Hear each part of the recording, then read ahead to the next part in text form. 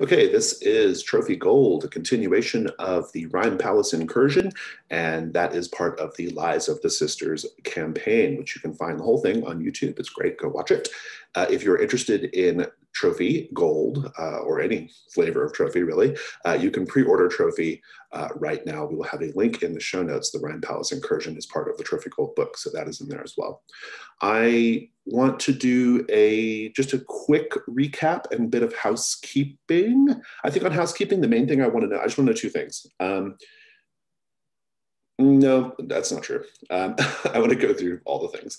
I want to find out how much gold you have and how close you are to meeting your burdens. And that includes like treasure and what their gold value is, like just the total gold amount of stuff you have. And then I want to know how many hunt roll tokens you have. And I want to know what conditions you have. So essentially those kind of meta gameplay elements. I just want to hear what they are. I think it's helpful for viewers of the video as well. So I'm going to go in reverse order of the sheet, switching it up. Fraser, run through that stuff for Ethelinda, please.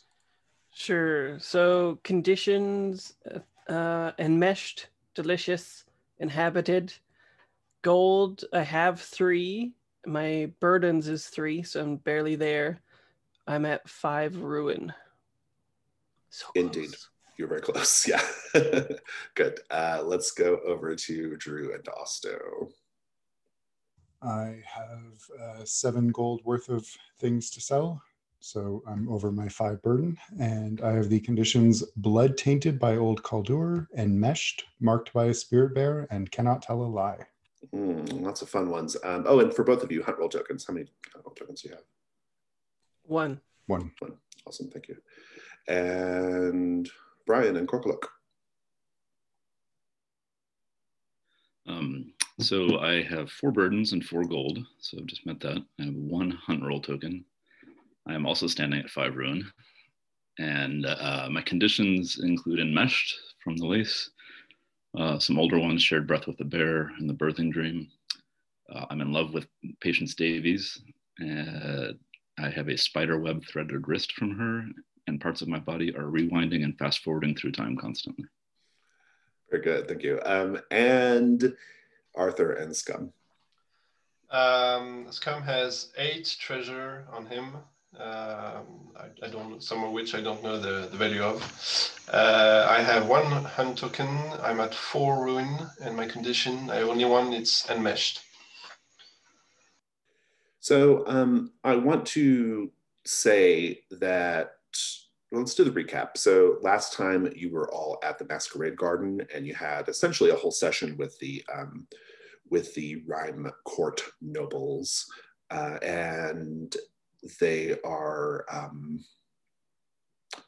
well, actually before that even, also very important, it didn't come up again, but it might today.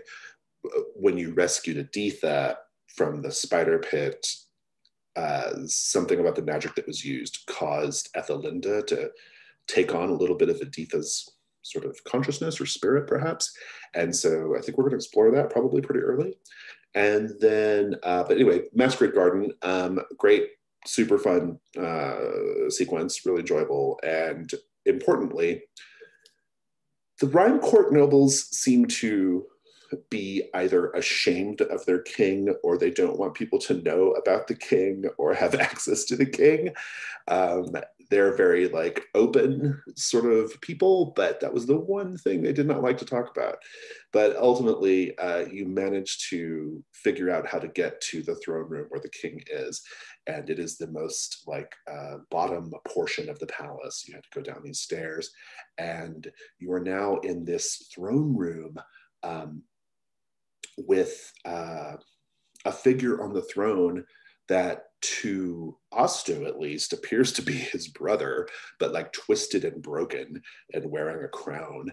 And then the throne is surrounded by these like these sentries, these guardians, and scattered around the feet or the base of the throne are these quite fantastic looking treasures, things that you can't even recognize by sight. They look like they're from another world.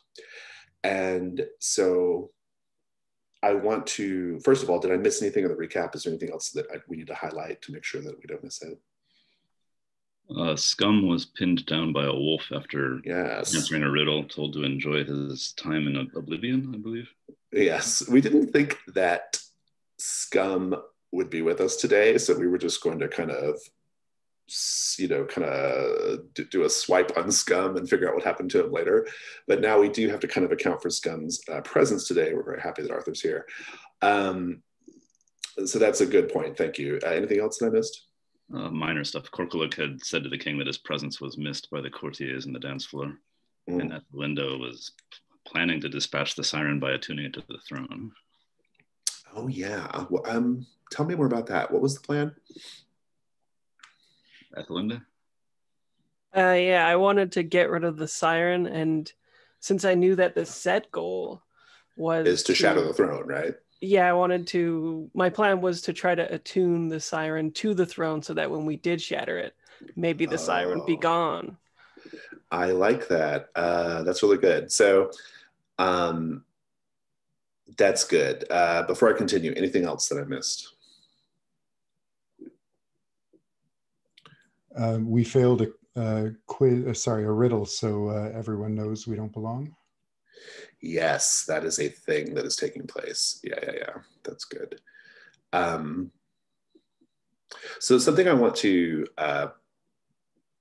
say here, this is kind of one of those like most trophy gold incursions end up like this ultimately, because that's by design, which is you're at a weird place where you have enough hunt roll tokens to complete this set. You could just automatically achieve the set goal, no worries. Some reasons why you might want to do that is because a couple of you have really high ruin right now, and fighting these guardians is probably not a great idea.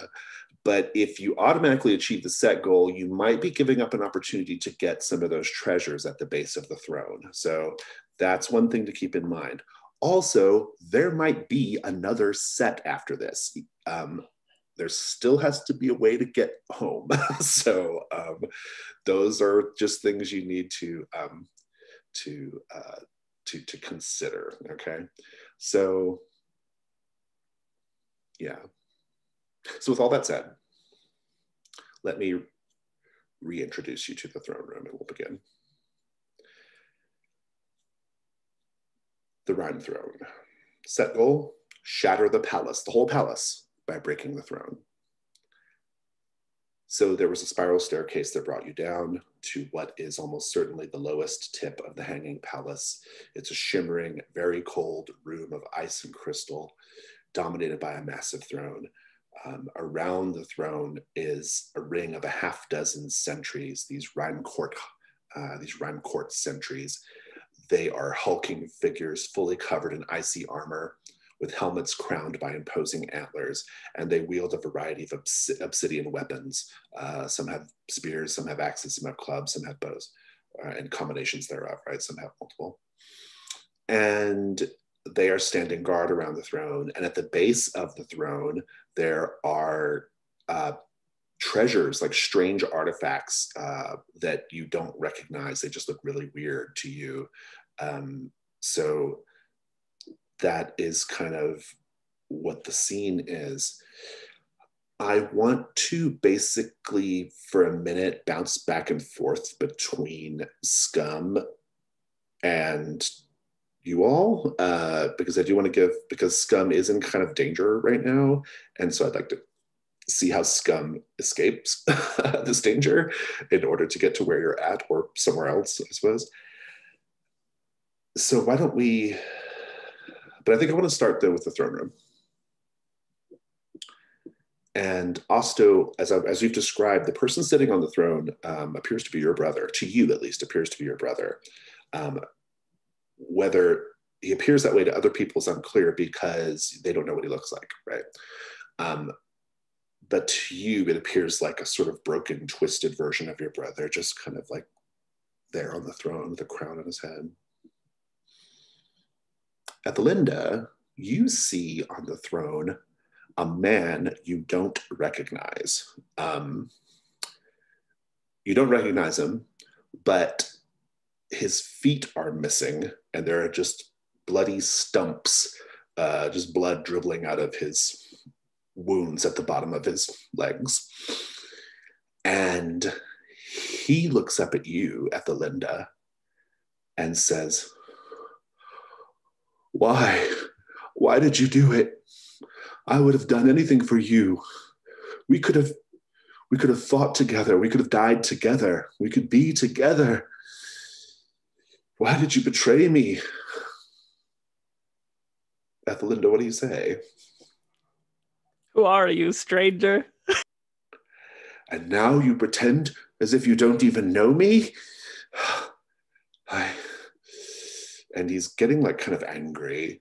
He clearly has this like intense feeling of betrayal. And I think you maybe even feel like an instinctive sense of regret and maybe even a vague love, but you don't know who this person is. Interesting. Can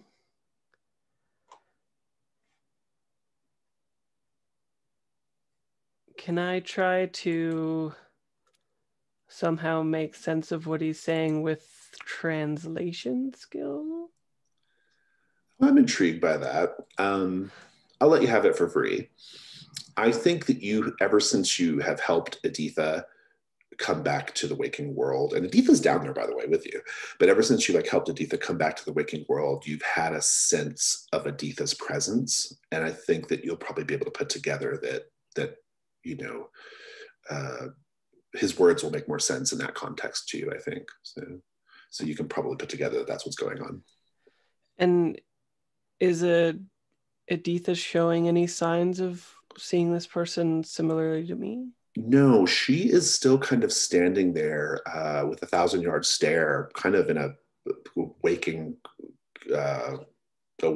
fugue state, sort of. And maybe the part of her that's recognizable to him, her like the spirit part of her, that's in you, right? So he's not seeing with his eyes, he's seeing with something else. I see. And this person's getting more and more agitated? I think I want to hunt roll at this point. Okay.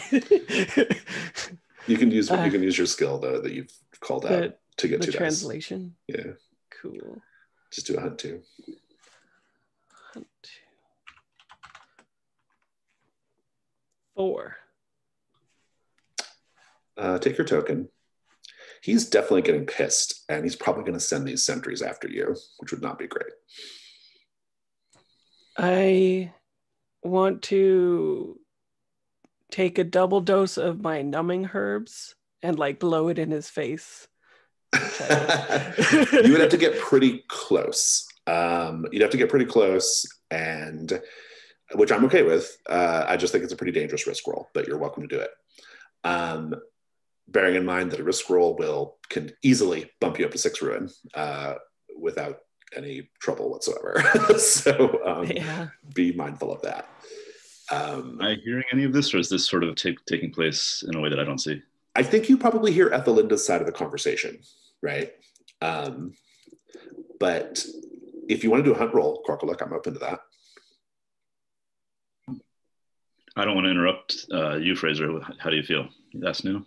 No, I wouldn't mind an intervention, because the one thing that I really want to accomplish is the siren thing. That's the thing that I'm like stoked about it as a player this session. I mean, the absolute safest thing for you all to do is to spend those tokens to complete the set goal, right? Like Ethelinda's super vulnerable right now, but you all can sit on that. I'm going to cut back over to Scum. Scum. Scum, I answered the riddle, but I don't know if the answer I gave was correct or not. What was your answer? I assume it was correct since the beast let me go with this cryptic warning. Right. So you can just go downstairs if you wish. Then I'm going to go join my friends. Yeah. I want to hang alone in the gardens. Right. So you go down the stairs. Don't let me forget, we have to name these sort of celestial. We did, I think. Oh, what we call them? We call them awooids. AWOOIDS. Oh, I missed that. Okay, cool. So you go down the stairs, and I'm curious what you're doing. Are you just rushing down there, or are you being a little more surreptitious? What are you doing?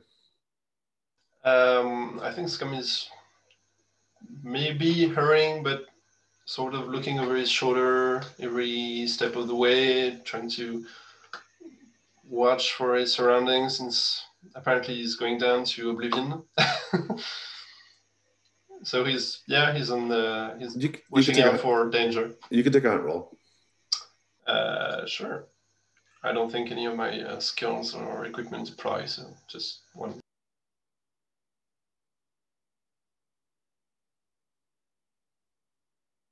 Two. You encounter something terrible. You are going down the downstairs, and I don't know if this is terrible as much as it's definitely interesting. You're going down carefully, and I think you're looking out of the sort of, because this place is like all window basically, right? Like kind of there's like a shimmer, there's like a kind of frost over it, but you can still more or less see out of it. You're looking down, and you see in the void below one of these like astral rocks just floating there in the gossamer void, and you see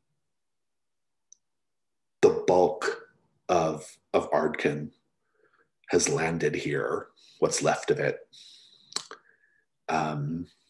You know, on the one hand, that's, you know, evidence that Ardkin is still kind of here. It's not completely torn apart. But on the other hand, like it doesn't look like it's in great shape to be like to do anything with. So, but you know.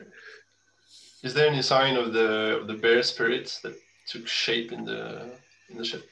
Remind me if I promised you that was coming back from a devil's bargain or not. I can't recall. I think so, but I'm not sure.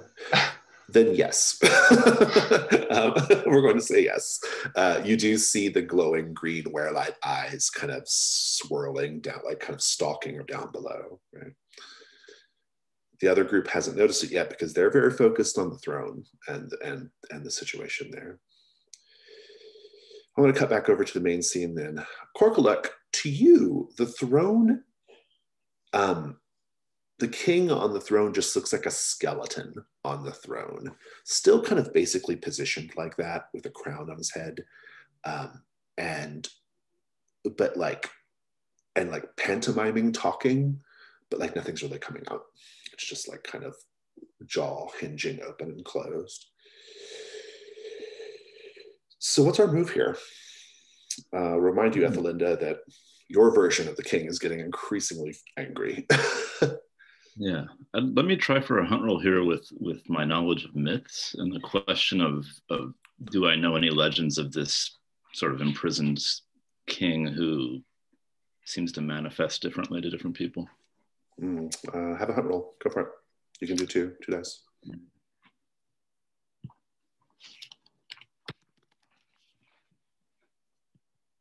Five. Take your token. I don't think you can pick up anything from myth or from stories you've heard, but I will say this. Maybe the terrible thing is the reason why it appears like nothing to you is because you're not alive. You're not a real thing. And with that, having overheard a bit of what Ethelinda said and these other piecemeal conversations, and having sort of magically imbued myself with Editha a little bit and knowing a bit of the shreds of her husband, I'm wondering if Fraser, if there's a way that I can kind of coax Editha in her dream state to approach the throne.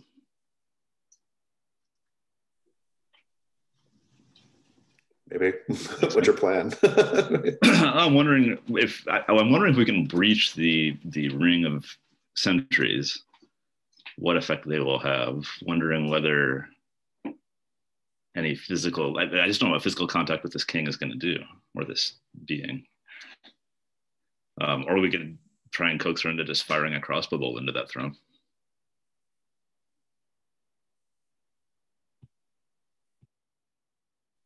Any opinions? This is for everybody, not me.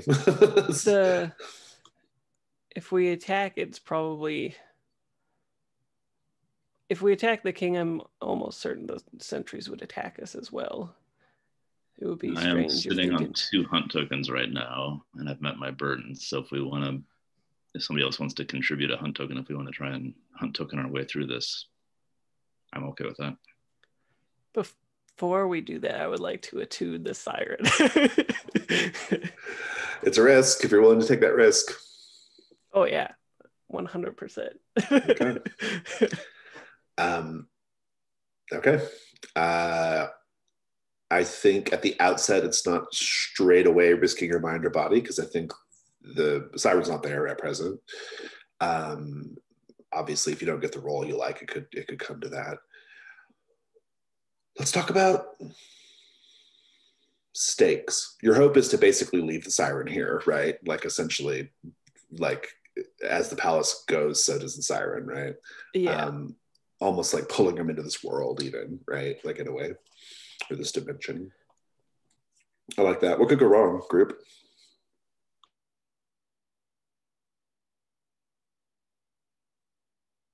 Maybe a part of the siren would replace Editha inside Ethelinde. So you're never really done with them. I like that as a devil's bargain as well, by the way. I would say what could probably go wrong here is just that like you attune him and he appears in his more monstrous form, and now that's just one more thing you got to deal with, you know?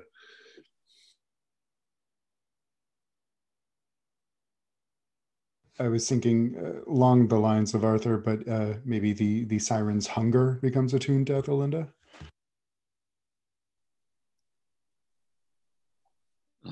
Maybe the attunement bites into the sort of exotic artifacts that are around the throne. I might be reading between the lines too much and metagaming here, but I'm picturing like an electronic wind-up robot or something that activates and starts some chaos. That feels like a devil's bargain as well. Well, so let's talk about dice, Ethelinde. You get 1 light die for your skill. Let's talk about devil's bargains. I think I'm going to say no matter what, when you do the attuning, the siren appears in its monstrous form. Now, whether it's hostile or not, or dangerous or not, is neither here nor there. But like, I just think it appears in its monstrous form.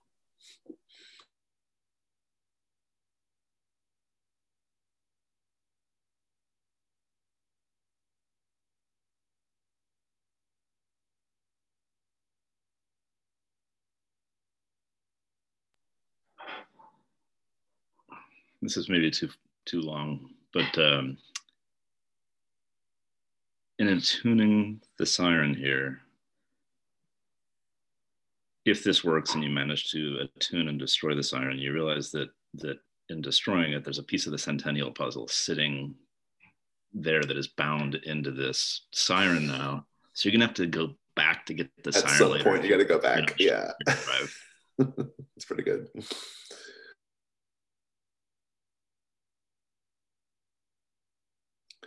Any idea from Arthur, Asta, or Drew? You got 2 offers, Fraser. I think it makes sense that it appears. I doubt that a being like that would not be aware of it being messed with in some way. So I like that idea of it popping up and causing some problems. In its monstrous form. Yeah. Okay. Yeah, I think it would not be happy. Good. You're up to 2 light dice. I'm not going to make you add a dark die yet. You can risk it later if you wish, but go ahead and roll risk 2. 6. There you go. That's about as best you can hope for. Describe your process first. I'll describe what the monster looks like. when he gets there. Okay. So the process. Oh, I like the idea of. So this thing is getting more and more agitated, and I'm not sure if this is in line with the risk or not, but I would like it to be able to get close to it and put my hand like on its head and have my eyes turn white and start like, like literally attuning it to this like physical presence that's in front of me. And, I like it. Yeah, I like it. I think it's good. Like, I think maybe Editha's husband thinking you're Editha approaching would like allow you to approach just because, you're still his wife, right? And maybe he wants to kill you like right there, and if you hadn't gotten up 6, I probably would have had that be a thing, but go ahead and so that's good. So you're walking up and you're literally like walking past the sentries, walking up to this king on the throne, putting your hands on the king and doing that. Is that the idea? Yeah, this scene would look sort of like an exorcism, but it's like a reverse one where I'm like binding a spirit to the thing. I love it. And so what happens is the form on the throne like is torn apart. Everyone views it this way. Osto, it's your brother. Korkuluk, it's the skeleton. I don't know. We haven't really established what you see yet, Scum. But in any case, whatever form it was, it just like it's like something tearing out of it. It's just getting like ripped apart. And it's what you see sitting on the throne is this creature, sort of vaguely pinkish orange.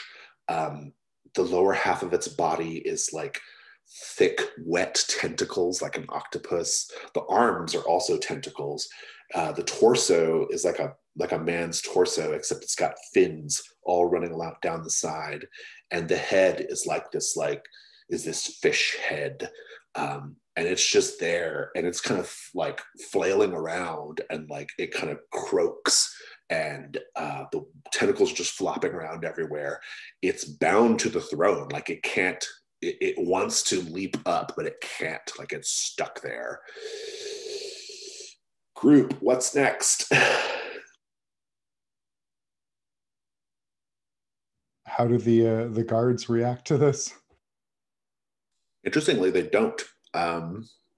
Yeah, they don't. Like they're just standing there.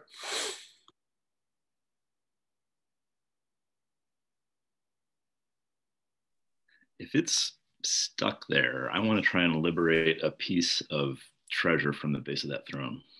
That will get the guards' attention. That's a risk roll. If you want to risk it, by all means. Your goal is to get a piece of the treasure. I'm totally into that.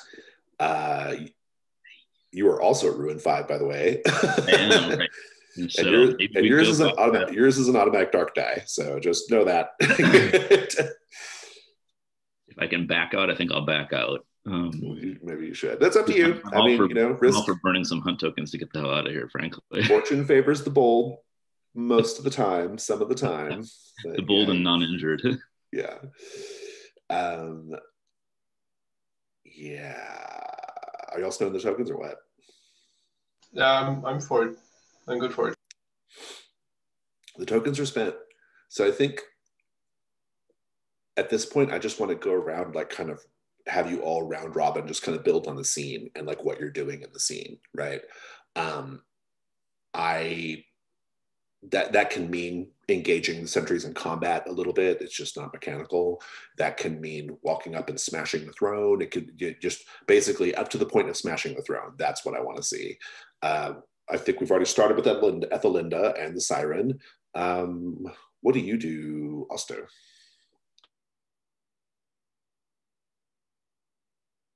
I think at first he has kind of like a gut instinctual reaction when Ethelinda touches what looks like his brother, but he remembers what Sir Quest said about his brother dreaming here, and also the seeing Ethelinda talk, responding to words he didn't hear. I think he's not worried that Ethelinda just tore his brother to shreds or turned him into a pink orange fish thing, but he's still got his hammer out, and I think he moves forward to try and create a barrier between the others and the guards if things are going to get messy. Yeah, absolutely. And so like maybe you're like kind of engaging sentries. I like that. I think already we can see the cracks like forming on the throne and getting like more pronounced and kind of spreading throughout as well. It could be that you shatter the throne accidentally, right? Because your characters don't have any reason necessarily to shatter the throne. I'm curious what you do, Korkaluk.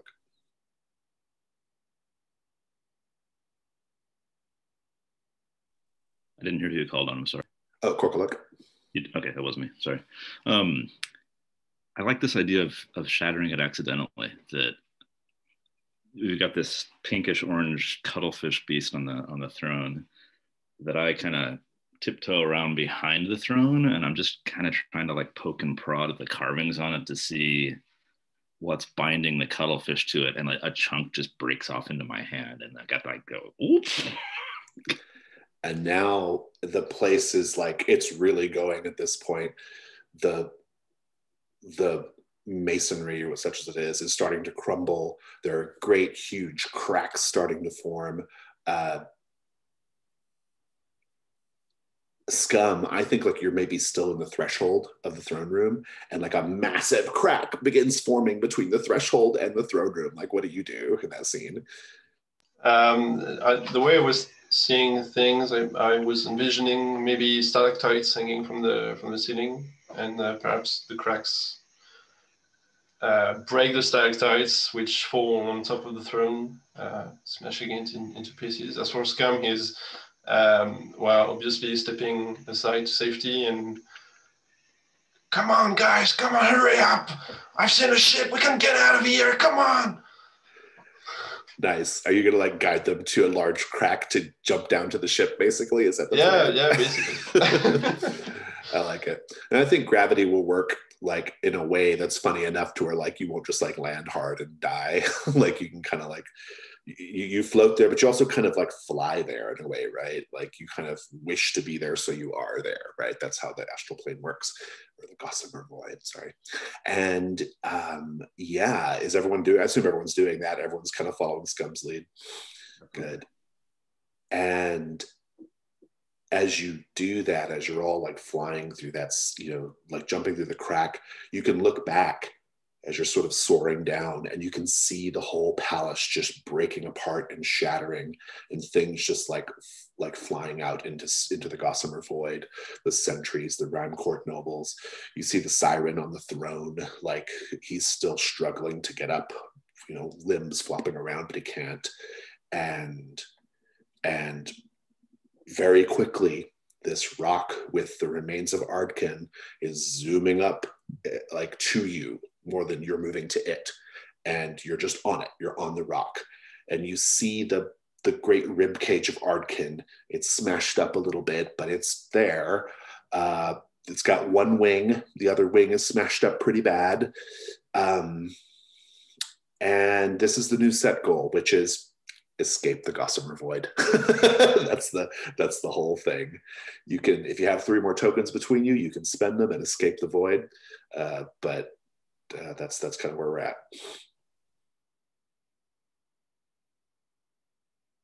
Did people spend the tokens for the last one already? Yeah. Okay, so we still do have 3. We could peace out if people wanted to. Barring the use of tokens, I had a pretty cool idea.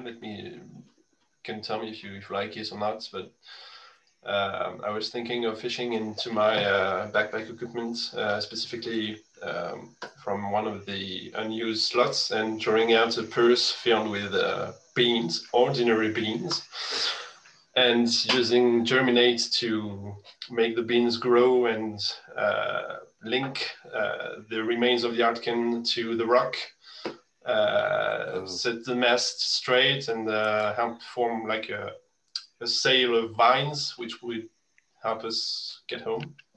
I absolutely love that. And so if you want to save those tokens and find a treasure at the end, you can definitely do that and do a risk roll instead. I think that's great.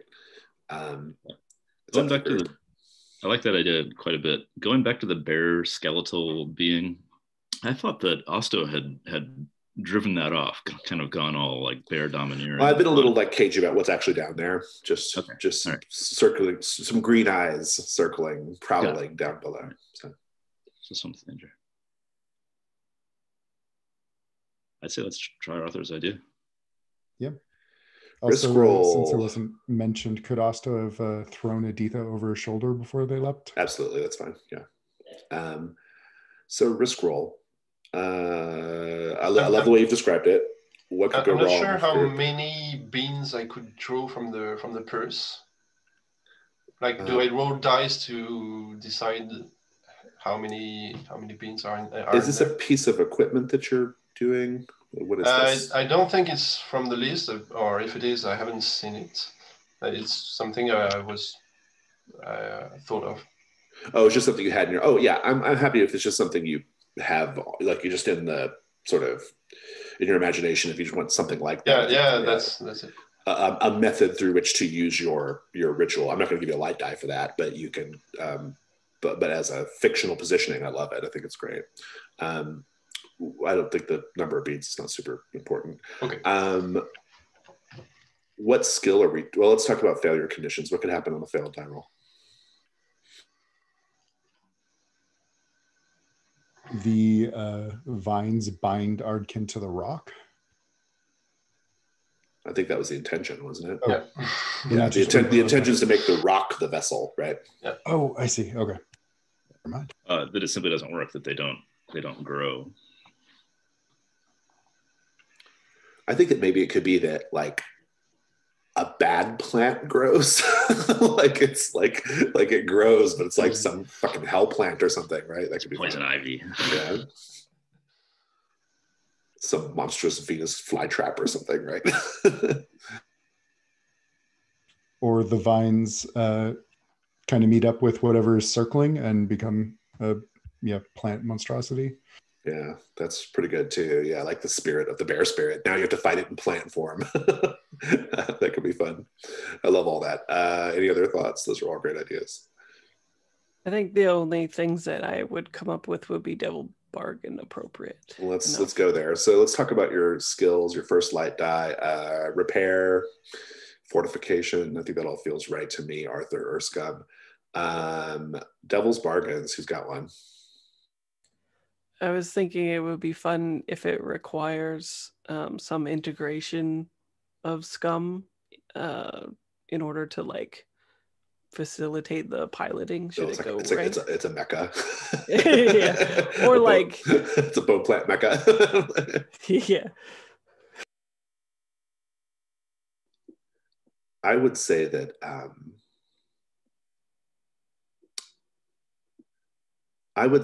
like the way you have, I think the way you have to power Ardkin changes. It's no longer revealing truths. It's something else. But that's my offer. So Scum's only condition right now is enmeshed. Correct. Picturing we've got some lace stuck on us, if I remember correctly, from the palace, right? What if that grows outwards as well? It germinates too, but it gives some of those ice spiders, the crystalline spiders, a thing to latch onto, and they kind of come skittering down after you. Oh, because they're getting ejected from the crumbling palace as well, right? Yeah, that's pretty great. That's dangerous, but I like it. Drew, did you have an offer? I was thinking maybe one of the guards managed to get flung at us. To the rock. 4 great choices, some definitely more dangerous than others. Scum, what do you think? I think I like Brian's idea the most, but seeing as 2 of you are Rune 5, I don't know if we can really afford combat right now. So I think I go with your bargain, Jason. The way the Arcan moves is it's different. Yeah. I love that. You got 2 light dice. I think a dark die is pretty well audible. Well, you have to because it's a ritual. So yeah, go ahead and do that. That's a 2 black. That is a fail. Would you like to? Would somebody like to help? This could be a great opportunity for a help roll. If somebody has the ruin, somebody has the ruin to spend. I think that's just Osto, unless somebody else wants to risk it. Help dice. You just say how you're vulnerable, how you're helping, how are you vulnerable, and then roll a weak point. How am I helping? Maybe I'm kind of using my strength to like get Ardkin into position for the vines to bind. Raise the mast. Yeah, it's pretty good. Austin, how are you vulnerable? I'm right up amidst the vines and bone shards. Good. Go ahead and roll weak to see what your help die is. It's a 1. It is no help at all. But you didn't get a hit at least.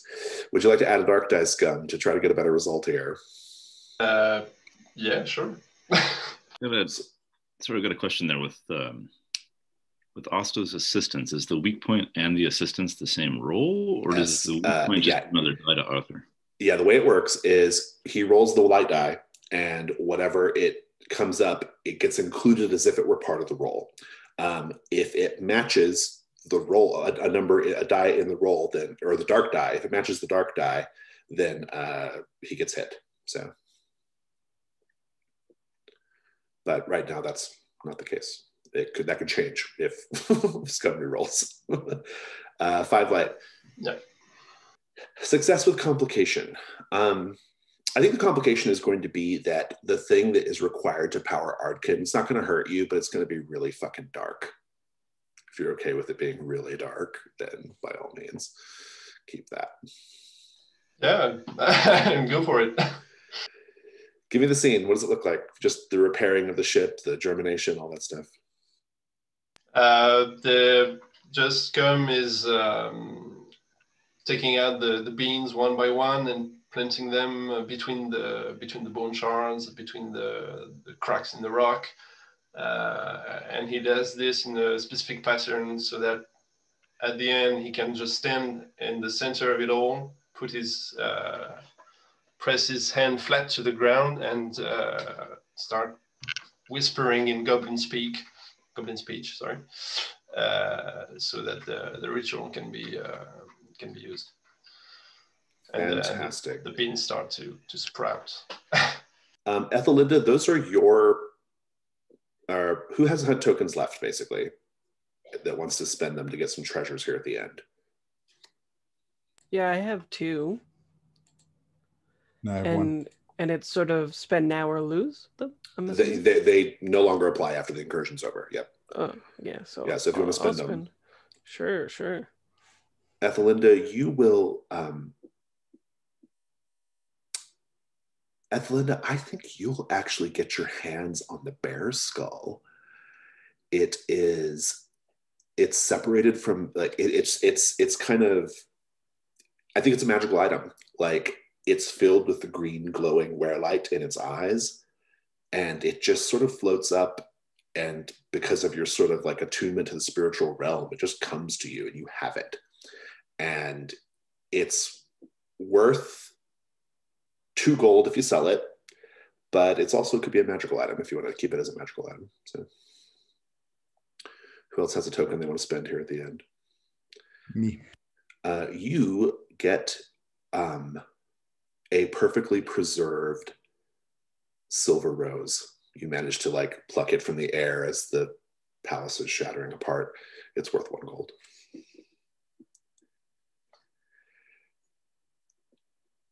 Powering Ardkin.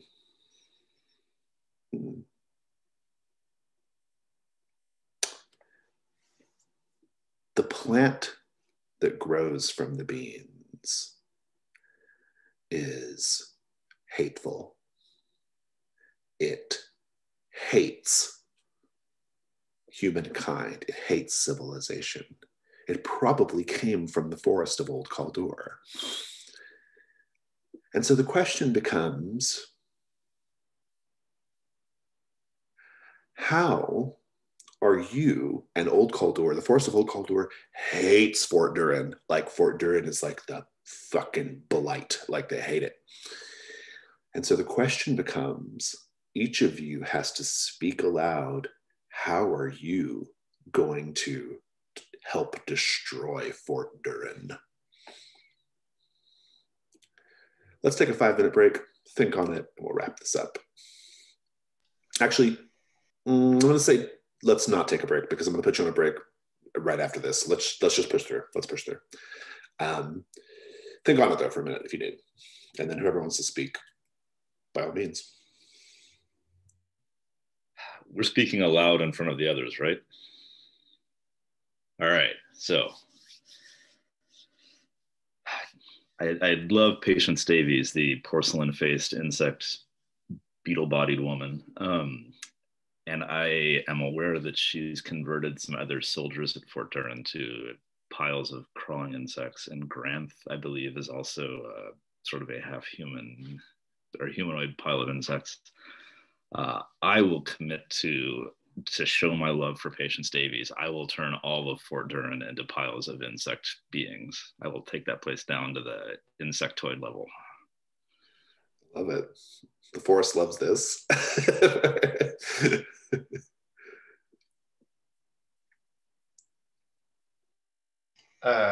For Scum, I think it's rather obvious, considering the ritual he's just used. Simply, he's going to try to get his hands on more of these beans, get as much seed as he can, and plant them everywhere in town so that at the right moment, perhaps in trying to create life by his own designs, he can perform his germinate ritual and help the forest grow from under Fort Durin. Indeed. Osto carries the taint of Old Caldur in his blood, and I think he will make sure it doesn't stay there and spreads through the city.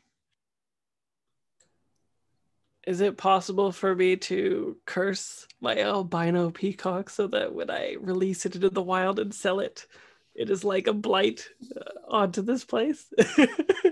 The forest is amused by this idea.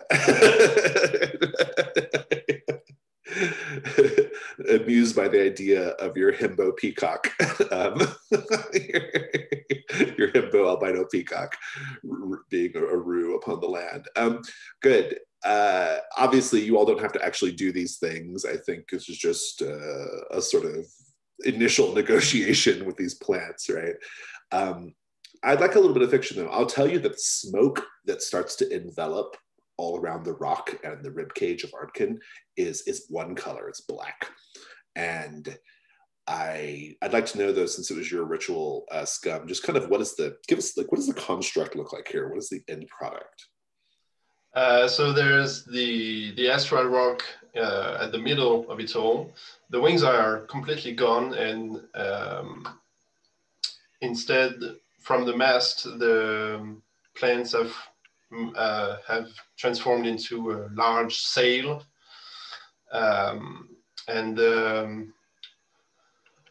ruins of the Arcan are at the I don't know how it's in English, the front and the rear. But I'm searching for the nautical terms, but never mind. So yeah, the bones are at the front and the rear, and voila. No, I love it. It's great. It's fabulous. And I think you don't even really have any memory of the journey.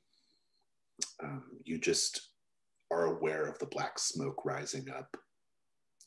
And when it finally clears, you are at the frozen maw in the mountains where you started. And you see the great pile of bones with the wings sticking out, ready for someone else to come, go wherever Ardkin will take them. And that concludes the Rime Palace. We're going to take a break. A longer break because I want you to do some homework. We're going to take 15 minutes. We're going to do Hearthfire. I would like for you all to, on the break, scroll down to the part of the character sheet that's beneath the heavy black line and start to read through the Hearthfire options, the Horde, the Household, Carousing, equipment, library, training, healing, funeral, fate. Well, you don't have to read funeral and fate, but basically everything up through healing. Just kind of take a look at it, what you're like, just basically what your options are for Hearthfire. This is particularly for the new players who haven't played with yet. But, you know, you're going to want to try to, you know, you have to spend money to heal, or you can do some of the options that are listed there in healing. You can establish a household. You can stash money away in your hoard. You have to, you know, there's different things to do. It's just Hearthfire is sort of it's a chance to learn more about your character. It's kind of a reward for completing the incursion. It has advancement because you can learn skills or rituals. Those are all things you can do in Hearthfire.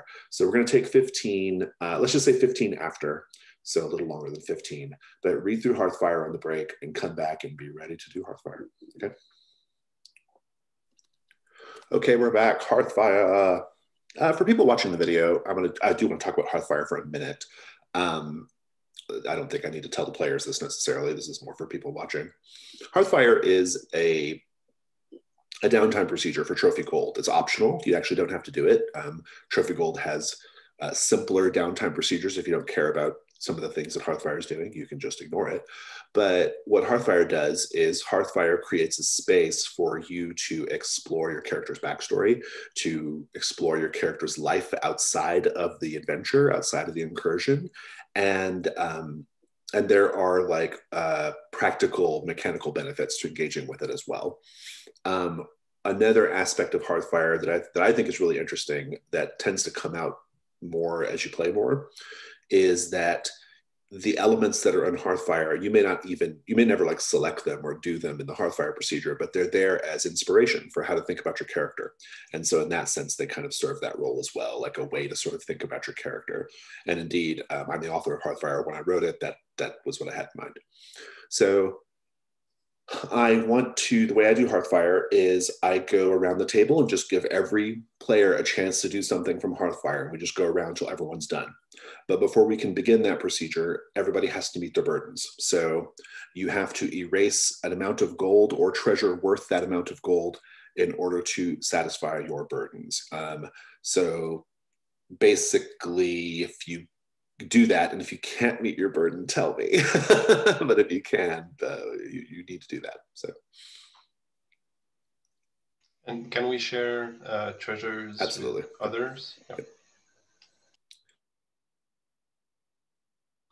And if you have like some common treasures that like you anticipated dividing up, you can just cash it in and spread the gold around, right? If you have some treasures where I noted that it's worth more in Amberay or worth more to the right buyer, you probably can't sell it in Fort Durin. Just ask me and I'll let you know. So. Let me ask you, we have the masks from the Rime Palace. Are those worth anything? 1 gold each. All right. And I've been toting around the silver bowl with amphibian eggs from the Huntsman's Palace or Huntsman's Manor. Yeah, I like the idea. I like that. It's probably, realistically, you probably kept that in Fort Durin, to be honest, because they would get destroyed on. Sure. I guess that's what I mean by toting around. But you have it. Yeah, absolutely. Should I have sold it, or is this going to turn into a narrative thing when these things happen? I think it's still not sellable in Fort Durin. The next time you make it to Amberay, you can sell those. Yeah. And can we keep items from the treasures from the incursion, or do we have Yeah, to you can keep sell them. everything? Yeah, they stay as found equipment. If something is armor or weapons, it goes to your armor or weapon slots, and you have to increase your burdens. So. Okay. I'll miss my peacock. How much is it worth? 2. Oh, nice. So I got rid of the peacock and my conch shell. Oh, nice, yeah.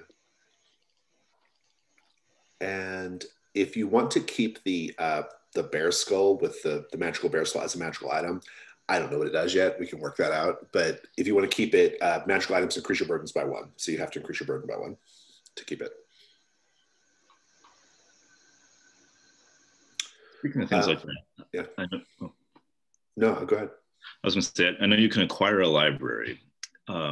Is there a way to? I have two questions about that. One, I don't have the money to do it right now, but in Trophy, are you literally walking around with that book and that book is vulnerable, or? No, I mean, you can fictionalize it however you wish, but you always have the ritual.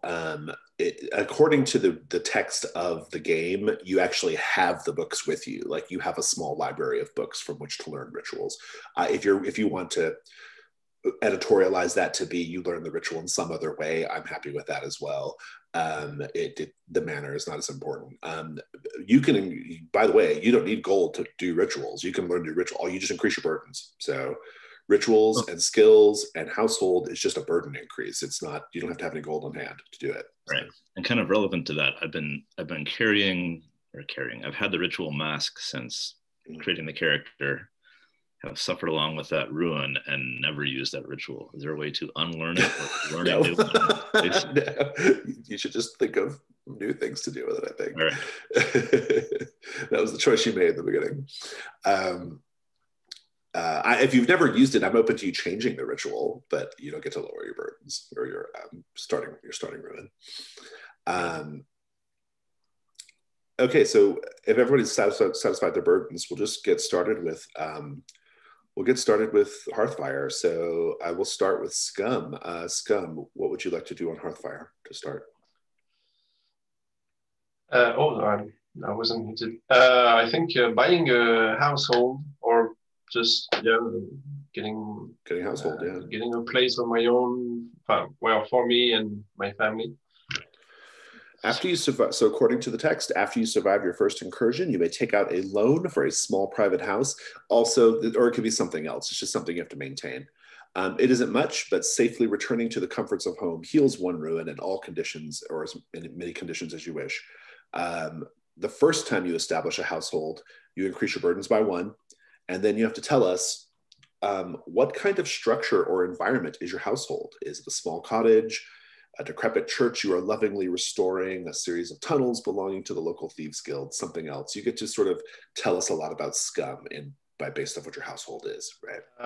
I think it's I envisioned a former library, which he turned into a carpentry workshop. So the first floor is where he works and where he meets his clients. Upstairs is the living accommodations for his family and him. And underneath the house, he found a secret cellar from the previous owner, apparently.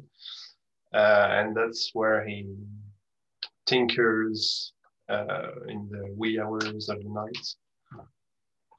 Nice, I love it. And then the other players get to name a memento from your journeys together that can be found in your household. Just some object or item that is in your household. Everybody gets to think of something. It can be from this incursion, or if you have a history with Scum that we haven't seen yet, you can name a memento from that as well. Basically decorate the house. I was thinking on the ride back, perhaps there's a bit of wood that's like detritus, and I would whittle it into one of the pieces from the game that he failed as a memento, but in a way that was like, you're a winner to me, that kind of thing. Well, does Scum play the game? I don't think Scum played the game. I don't think I played the game, but the game like piece the is idea. nice though. Yeah. Didn't you engage in it? And I think I wanted to.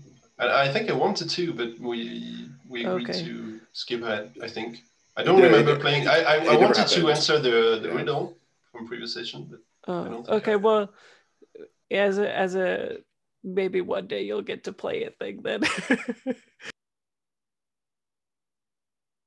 Nice. You can note that down.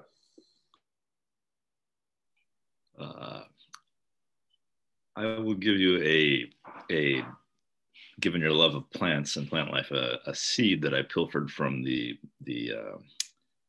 sort of what's the word, arboreum? That's not the right word. The plants growing around the masquerade ball. Oh, the topiaries. Topiary, thank you.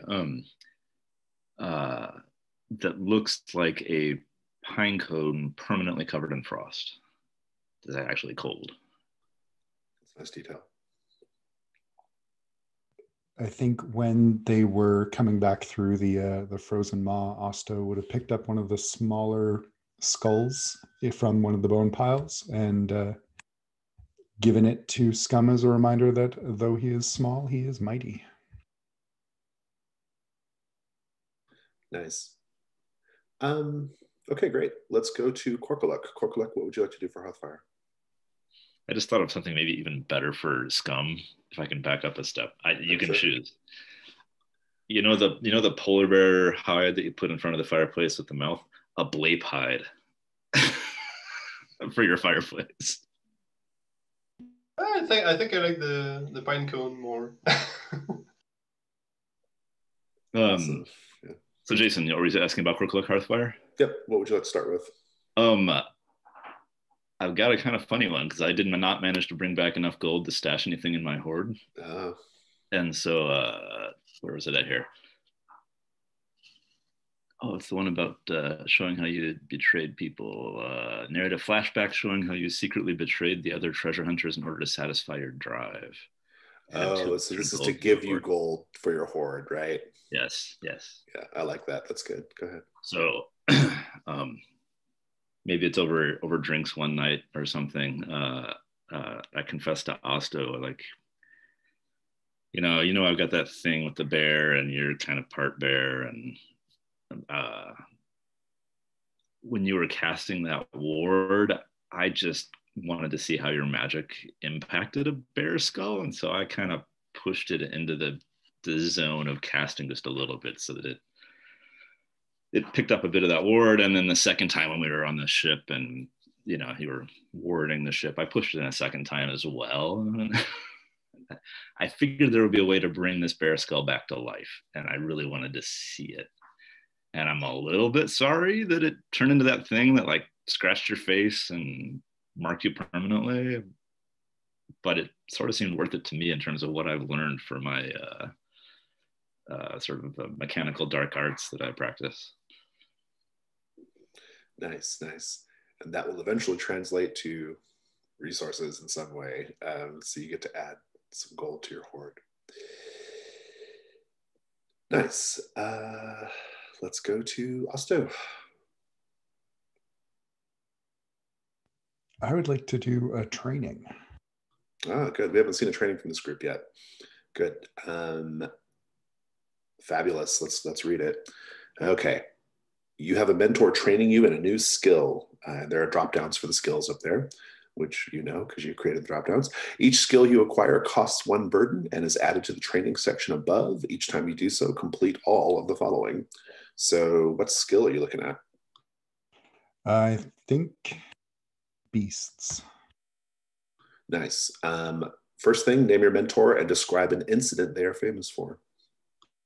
I was wondering if it could be the Marquis Neural. Oh, the Marquess? Yeah, absolutely. Yeah. Marquess, yeah, absolutely. And that's spelled exactly how it sounds. Love all that. What we already kind of know how the Marquess Neural is famous, but if you want to flesh that out a little bit, by all means. Well, he's a hunter famous for his skill at bagging rare creatures from the forest, and I think Osto, especially with the help of his book, could really use some tips there. So not the hunter you threw out the window in Umbre. No. Fair enough. Good. I love it. Narrate a short montage showing how you learned the skill after days, weeks, or months of training. I think he just kind of showed up one day outside of the manor and looking more than a little awkward and hoping that no one eats him. But he managed to talk his way in to speak to the Marquis. And sorry, just as a side note, is Marquis different from Marquis, or is this just a? It's the same title, but it's the English spelling. The English spelling is okay. Marquess. Oh, all right. Thank you. And he managed to talk his way in, because they were on semi-friendly terms. And over a couple of weeks, he keeps going back, and the Marquis helps him pick up some new skills, or a new skill, and also learn to kind of lean into his bear instincts when he hunts. I love it. Narrate why your mentor or your new skill increases your burdens, because your burdens are going up by 1. Are you taking care of the Marquis in some way? Does your skill require specialized equipment? Something else?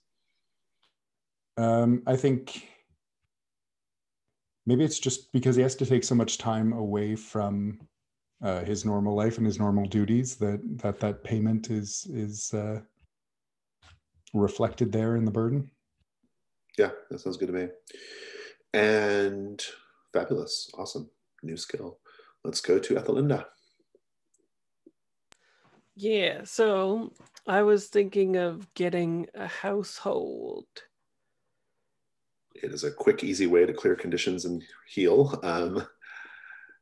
Fabulous. Okay, so let's talk about your household. What, go to that. I just did it, but I've forgotten already. What kind of structure or environment is the household? I'm thinking it's basically like a cottage. And I'm thinking maybe it was once part of, I'm not sure of the if it works setting wise, but I'm thinking that the Star Seer thing that she is a part of has like a institution or a college or something like that she was a part of back when she was young.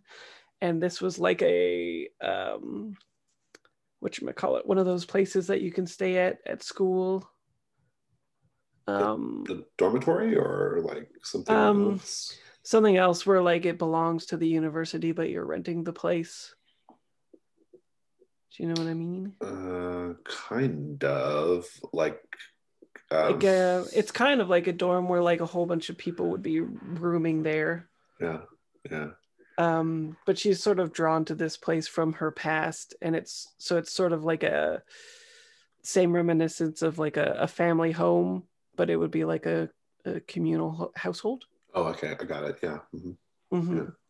But it's owned by this college. Yes. Okay. So it's not in Fort Durant, which is fine, but that's interesting. Okay, good.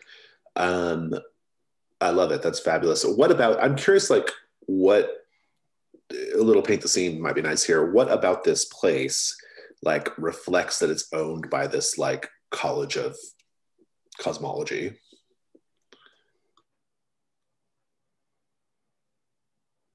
Oh, I think that there is no roof, that it's like glass or something like that. So you are studying the sky, and there's like all these students' notes with like chalk and stuff that have got like circling different constellations and different stuff like that. And some fools have marked it up permanently and whatnot. Nice, I like it. That's great. And everybody gets to name a memento to add to the house.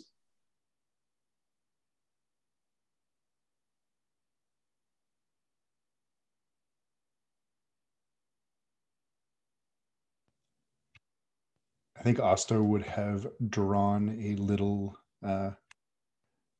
portrait of the throne that the siren got stuck to, but without the siren on it, just as a little keepsake. What's the medium?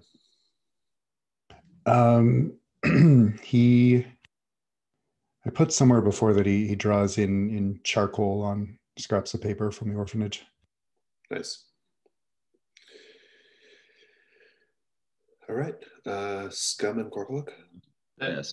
Does the memento has to be something that we found during the incursion, or can it be? Yeah, it could be something else. Yeah. Okay. I'm still thinking. So. So I will give you a small aperitif glass, very elegant little thing of crystal, but it's around the base. It's stained. It looks like it's got just a drop of blood, delicious blood left in the bottom of it, to remind you of your time with the siren. Oh, nice. Is it possibly like a glass from the party that the siren had? That'd be pretty great.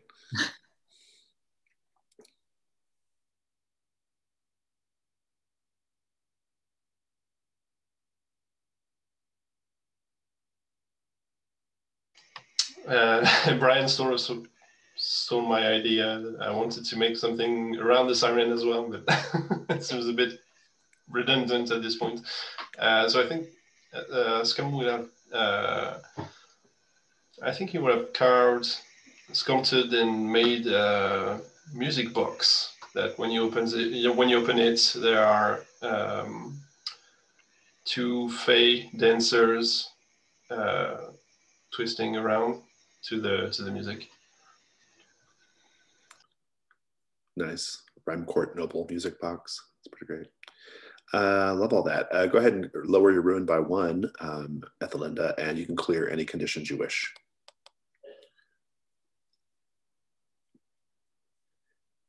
And let's just keep going back around. Scum, do you have something else you'd like to do on Hearthfire?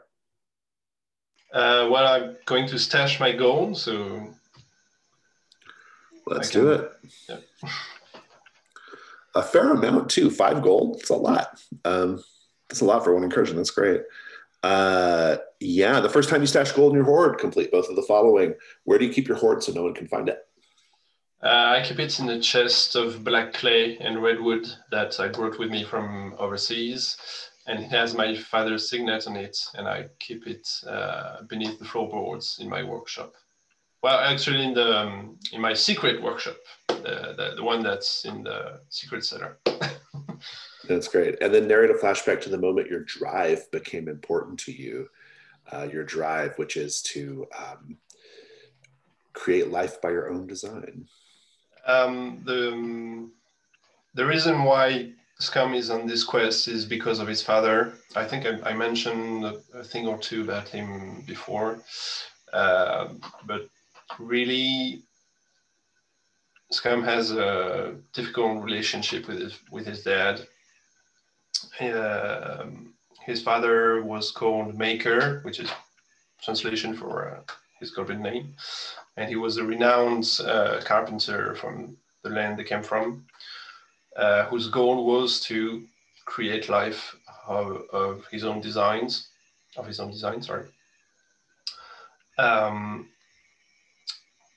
he never succeeded, and all his life he was how do I say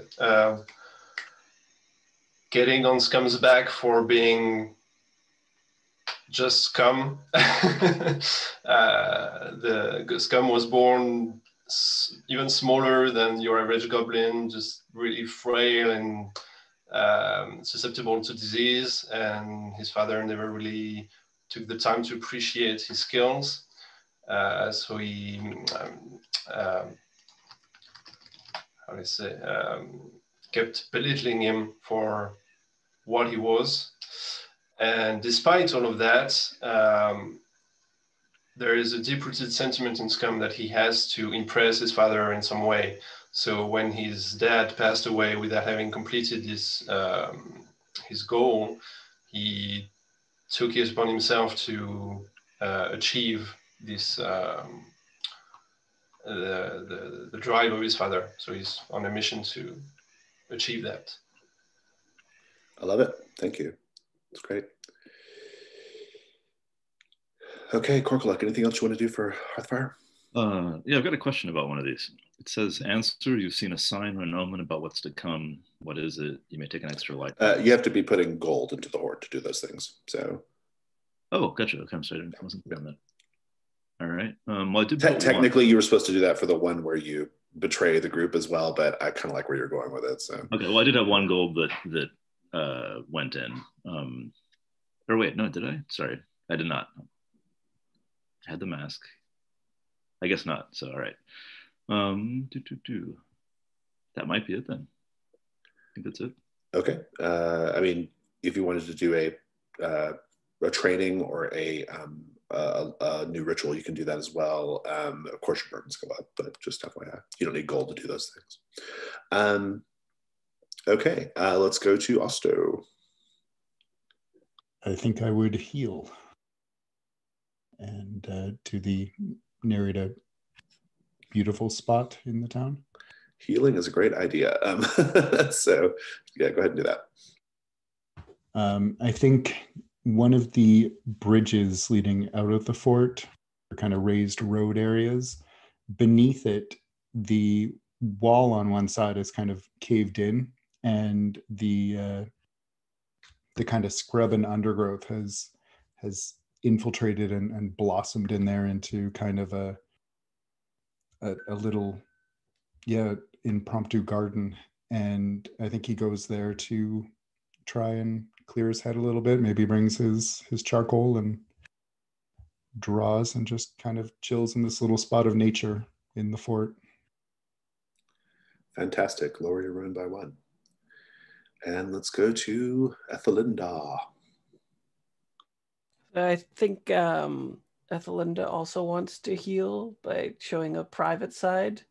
And my idea was that when she does enter that place, she's going through all the detritus and stuff and finally actually grieving her lost self, basically, like the life that could have been, because she's aged from like college student to older woman, but doesn't feel that way and feels like completely out of time and whatnot. So like maybe she even goes to like her room and there's like a full length mirror and she's just trying to like actually process what she looks like now and whatnot.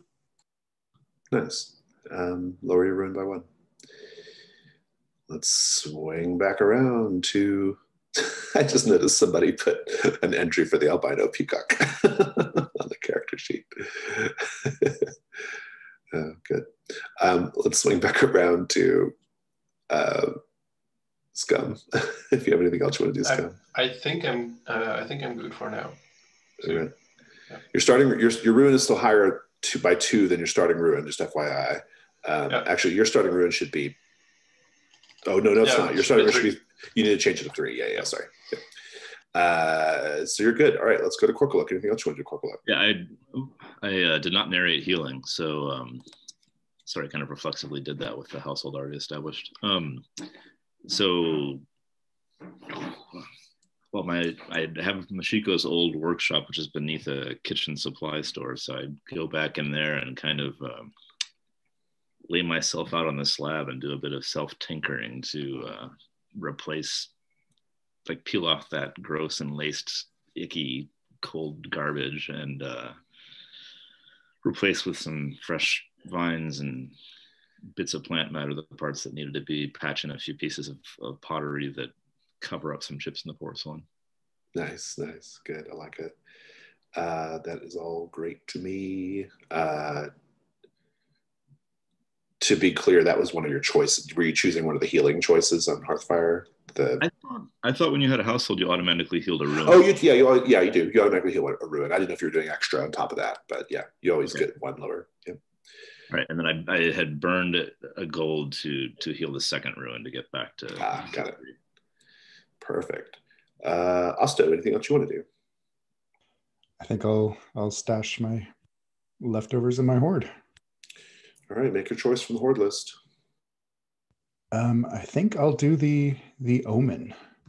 Oh, interesting. We like this one. Read it to us. You've seen a sign or an omen about what's to come. What is it? You may take an extra light die on a single hunt roll or a single risk roll if you describe how the sign or omen is manifesting. So I think Osto was hanging out in his beautiful spot and drawing one day, he let his mind wander, and when he looked down, he saw that he'd drawn himself or a bear eating himself. And that seems like something he wouldn't just come up on his own. So he takes it as an omen. I have to say what just got mentioned in the chat, or roar barrows. So yeah, okay. Thank you, Brian. That's good. Thank you. That's awesome. Yeah, if you had a household already, you should have lowered your ruin and cleared any conditions you wish. You get to do that every time you return back. And everyone gets to unmark their armor as well, by the way. Okay, continuing on. Ethelinda, anything else you want to do for Hearthfire? Yes. I have this whole thing planned. No, keep going, keep going. Okay, so I was thinking about picking up a mentor. A skill, yeah. Yeah, by the mentor. I'm still trying to figure out what the best codification of the skill would be, but essentially I would like her to be able to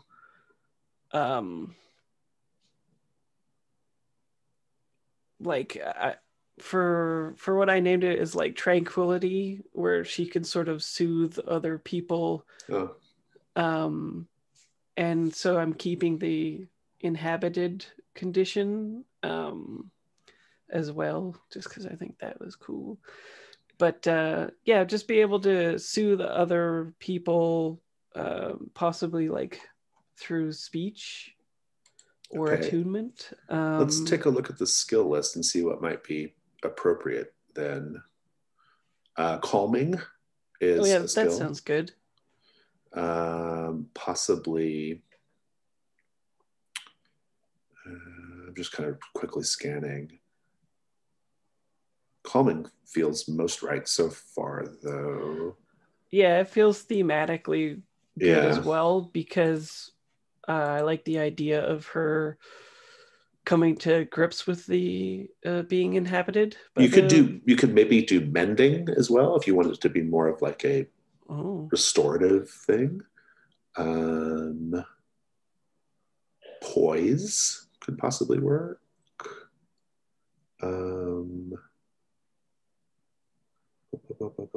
Those are the ones that I'm seeing that look pretty, or words, or just like words. Oh, you already have words. Never mind. I have words. Yeah. I think actually, what's it called? The second one that you selected. Oh, there. Mending. Yeah, mending. Yeah, I like that because she's sort of like healing herself as well. Yeah. And then maybe that becomes a skill that she can project as well.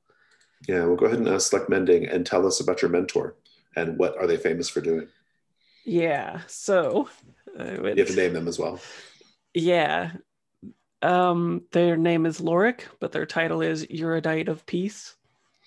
And they are famous for arresting a catastrophic star alignment that would have occurred. And intriguing. I like the idea of like them being an old classmate as well, but are now quite old too. Like they're both sort of out of time. Yeah. And I picture them as a man. And I'm sort of thinking of it being like she is re-engaging with her studies through this person who has become a master, whereas she is still a pupil, but it's like same agey. Yeah, I love it. It's great. That's really good. Do you want to do a montage, training montage?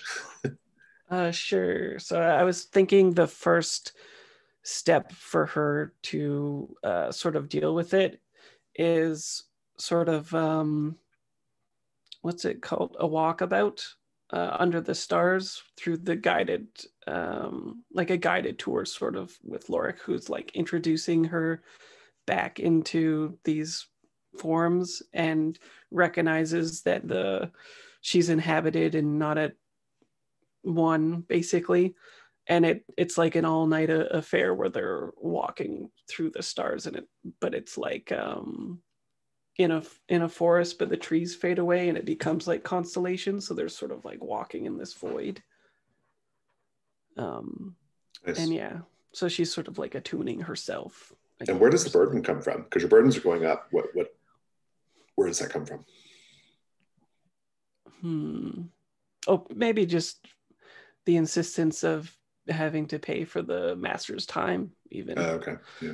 And like further making some tension between the pupil mentor relationship thing where, yeah, like they were both students, but now she's the master who has to pay time for this person and everything. Nice. So then your total burden load should be 5, I guess. 5, yeah. Cool. Awesome, I love it. And let's keep. I'll just do a general call out now. Whoever wants to do anything else in Hearthfire, say so.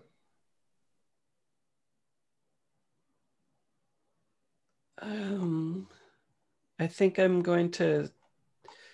If I keep the skull, then my burden goes up to 6, right? No, your current. So you have 1 weapon and 1 armor, right? Yes. And 1 training. Yes. So it would go up to 5 if you keep the. Well, and then the household as well, though. Oh, the household, yeah. So it'd be up to 6. Yeah. Sorry. Yeah, and so in the grand scheme of things, is this a lot? It's not a little amount, but it just means that when you're on the incursion, you've got to think more about spending your hunt roll tokens to get treasure than accomplishing set goals. So yeah, it skews you a little bit more towards just finding treasure than accomplishing the goals. As a way of, I don't know, showing a live action, I have a burden of 4. Last time we played, I never made a single hunt roll. I failed all of them. And then the other ones that I acquired, I used to buy us out of set goals. And so I barely eked through on my burdens this time. Mm-hmm. Yeah, so it's a risk, but and some incursions have more treasure than others too. Like there's just, like in this last one for the Rime Palace, if you had been able to get some of the treasures from the throne, that would have been a lot of money, a lot more money. But the dangers were evident, right? So yeah, and we were high ruin and everything. Yeah. I think as much as it pains me to do it, I'll sell the bear skull and drop my ruin to 1 from 3. Okay. Spending two of the worth. Got it. Yeah. Oh, so your starting ruin is 2. It can never be lower than 2. So. Oh, okay. So you can put the last gold in your hoard or whatever. Oh, okay. I'll do that then. So you in fact have to. So 2. Oh, okay. Word. It looks like there's already 1. I must have accidentally clicked it. Okay. So that's doing hoard. You have to tell us, where do you keep your hoard so no one can find it? There is I think there's a hidden compartment in the mirror in her dormitory, like where the actual mirror part is hinged and she can bring it forward. And there's like slots in that, maybe actually like tiny little dresser drawers, like as if it was for jewelry. That makes sense. And she puts it in there. Nice. And here's the really important part, because we haven't learned much about this yet. Narrate a flashback to when finding the last piece of the Centennial puzzle became important to you. Ooh. Oh, I know. I think that we see young Ethelinda gazing at stars as a youth. And I think she's doing some kind of ritual. What do I have? Oh, she's uttering like a prophecy that is sort of like taboo for the college. And there's like this implication that she will be cast off from the college, like expelled, and is either given expulsion or an impossible task. And the task is the Centennial puzzle, and she takes that rather than be expelled from it. Oh, interesting. So you're still trying to meet that obligation. Interesting. Yeah. Yes. I like that too, because it kind of opens up some space for maybe this college to become like factionally important in the fiction, right? I'll have to think about that a little bit. Good. Good, good, good, good, good. Anything else for Hearthfire? I have something that's not technically mechanically relevant, but can I just say that the Scum gives the chess set that he got from the Hall of Games, that he gives it to his children so he can teach them how to play? Yeah, of course. Yeah, I love that. That's great. Yeah. You can even add as a memento to your household if you wish. So. Oh, yeah, I'll do that. It's a great place to put that. Fantastic. Well, we have an hour left in the session. I am debating what I want to do with that, if anything. I could use a bio break, so let's take 5. And when we come back, we might just go straight to Stars and Wishes. I don't know, or I might have something ready for us in 5 minutes. We'll see. So we'll come back in 5 at any rate. Okay, we're back. Let's just dive into the next incursion.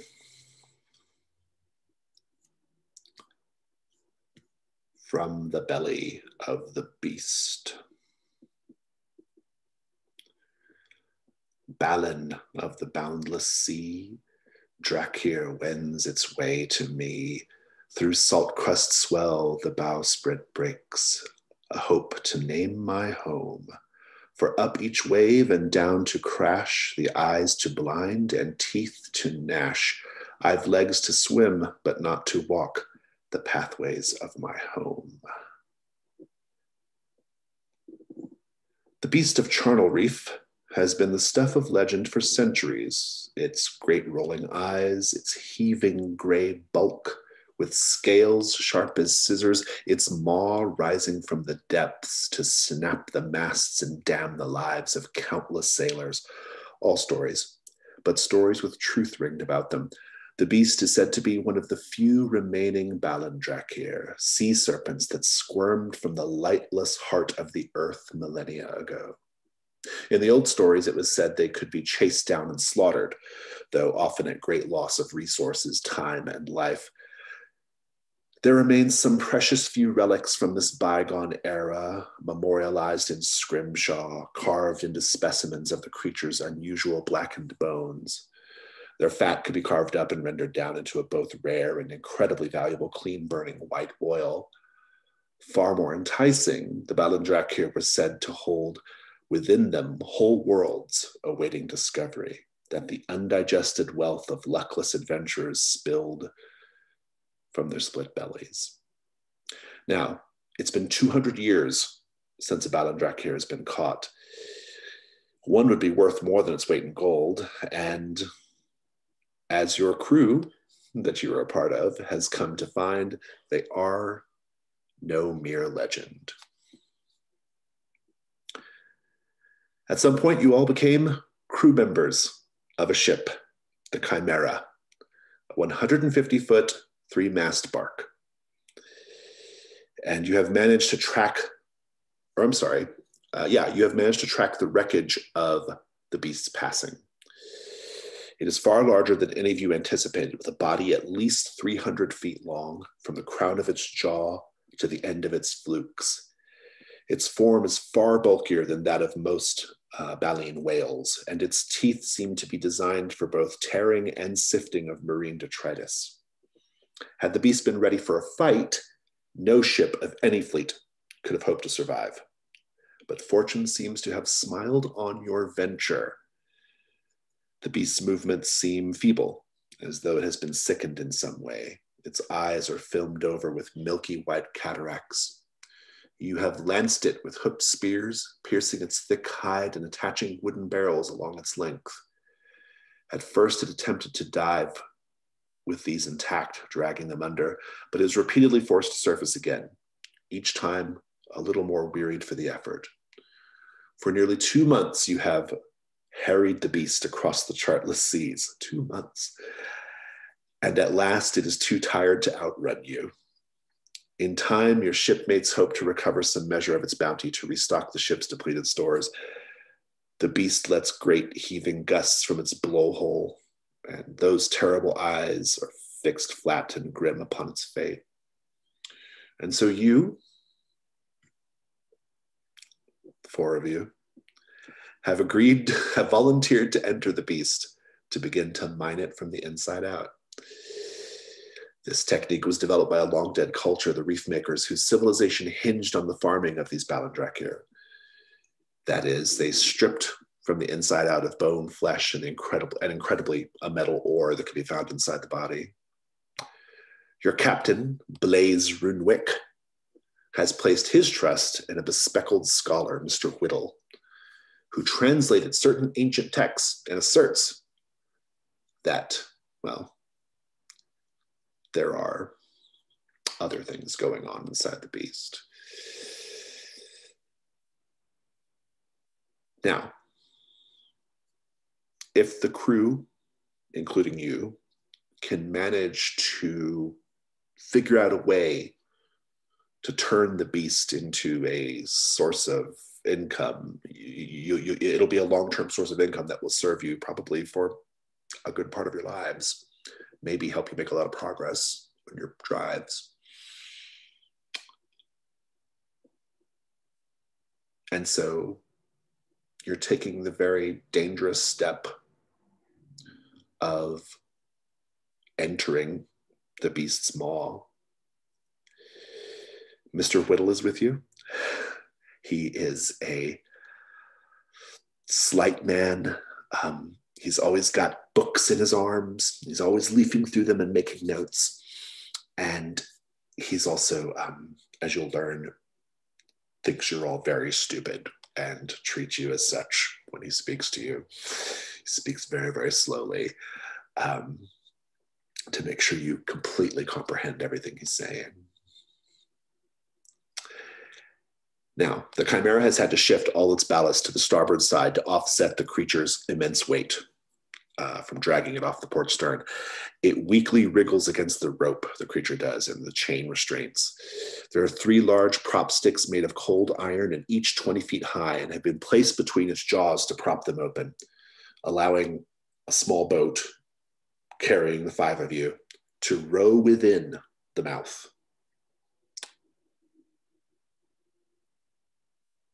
The captain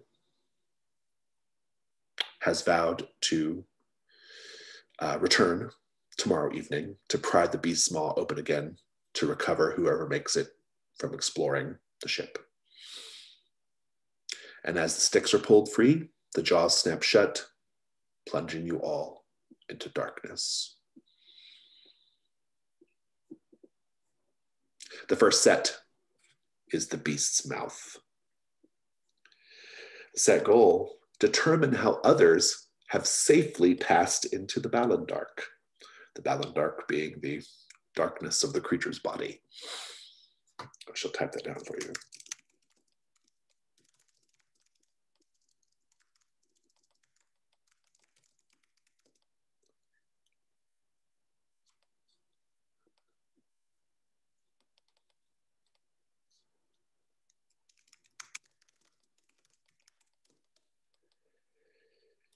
You were all asking about Balindrakir, and now you're in one. And it's immense. Like being in the mouth is like being in a giant cave. Let's just have that scene where you're all sitting in the darkness of this creature's mouth, bobbing around in water. Roleplay. I've been in some tight spots before. And I'm every now and then I regret an action, and I feel like there's got to be a better way, a better way to earn some gold. And I'm just like looking around. This would set you up for life. If you all can harvest this creature, it would set you up for life. But to enter the maw and then close it behind you. I think Scum might have seen whalers on his way to Fordurin when he had to cross the seas, and obviously that's a clear reminder of that encounter. But that doesn't in any way assuage his fears. And you can see he's as schizery as ever. Well, you can't see him, but you can feel him shifting about and being overly anxious. Mr. Whittle says, "Has anyone brought a source of light? I was led to believe that you all would be able to handle these basic logistical matters related to going inside the Ballandrak here. And as of yet, we are all still sitting here in the darkness." I suppose I could help with that. I'm going to try to... Hang on just a minute. I could try to kindle my hand to have a torch. a makeshift torch. I like that as a... I don't need a roll. That's fine. You can do that. Yeah. He says, "Oh, fascinating, fascinating. Well, my goodness, you are a creature with abilities and surprises that I wouldn't have guessed. You're able to just sort of summon the fire right onto your hand." Yes, that's goblin magic for you. My right hand can produce fire, and the other left hand can help plants grow. If only your arms were longer or the fire bigger, we could see more, couldn't we? If only your tongue was shorter too. He says, well, and he kind of looks at you, Ethelinda, says, "What do you think about this, madam? You seem to be the most educated of the lot. I'd be curious to get your opinion while we let these other three figure out the rowing and the navigating." I think it is deeply disconcerting that we cannot see the stars this night. No, certainly not. Though, truly, the interior of the Ballandrak here is its own sort of ecosystem, wouldn't you say? Its own sort of world. I suspect we will find stars the like of which no one before has even comprehended. But perhaps I'm saying too much. So what about you? You great big fellow, to you, Osto. Are you going to start rowing us about? Or are we just going to sit here swimming about with our very limited light source? Osto will kind of shoot him a look and go back to rooting through his bag. Could I check Norel's bestiary for anything about the Ballandrak here? Oh, sure. Do a hunt roll. Are you looking for any particular kind of knowledge, or if there's anything in there about how people navigate? Go for it. 2. The only thing you can find about people who've gone into the Ballandrak here is they rarely come back. So it's a matter that hasn't been studied or documented sufficiently because the data set's very, very small. That's also something terrible. So, indeed. In that case, I think Asta would, keep that to himself and kind of grudgingly pick up an oar. Let's talk about oars. Now that we have a bit of light source. Inadequate, in the opinion of Mr. Whittle, but a light source nonetheless. The whaleboat comes to a jerked stop as water all about is sieved through a series of combed tooth structures lining the lower half of the beast's bottom teeth. This black cavernous space is filled with freshly stranded fish and stinking of rot. A single tooth from the beast is twice as tall as any man, and there are well over 50 of them fencing you all in. The boat rests on the beast's tongue, and once the water has drained, Mr. Whittle begins spreading the contents of 2 large barrels about the base of the boat. He says, now, I didn't want to use this so early, but I feel compelled to, as some of us didn't properly prepare for the journey like I thought they were going to. And I have here the barrels contain a sort of like strange nettle jellyfish. And basically they have like kind of a glow to them.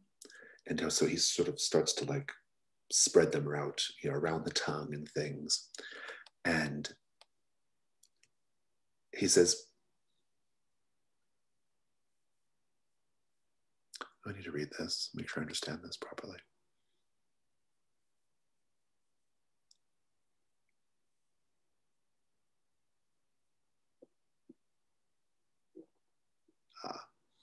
He says, now, these will help us see where we're going. I recommend you take one of these jellyfish and you rub it on your boots. And he begins like rubbing the jellyfish on his boots, which creates like a glow. He says, that way you can see where you're going.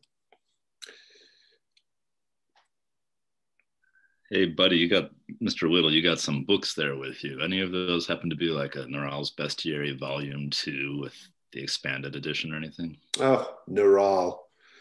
Oh, completely overrated as far as these things go. Interested more in stories and entertaining the reader rather than properly informing them. I couldn't help but notice you, sir, were flipping through a copy, and it is no surprise to me that you have now closed the book and have nothing to offer, because Neural is, frankly, a resource that one should not depend on. There is much more interesting work that has been done in this area since Neural walked this earth. And frankly, well, it's a matter of priorities and goals. Neural intended to entertain you. Mr. Whittle, do you have anything you've written yourself? I've heard you're quite the scholar. Yes, I am. Thank you very much. Do you have a book I can look at? I'm curious to see some of your writing. You're capable of reading, then? Oh, yes. Check out this eye. And I flick my little washer on my eye and it spins around. Yes. Yes, I have quite a few things here. And he's sort of like says, but I really do think we should get going.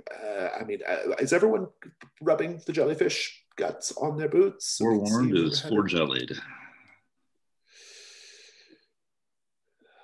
Say that again, Brian. Forewarned is forejellied. I would really love to see a bit of your writing. What I'm really trying to do here is, well, two things. Get a hand on his book to see if this guy's a complete crackpot. Like, does he maybe know what he's talking about before we go smearing jelly on our jellyfish glow in the dark goo on our boots? And also possibly like abscond with a piece of treasure that belongs to him, because that'd be kind of fun. Indeed. He will let you start looking through some of his tomes. He says, I don't have any of my own works here.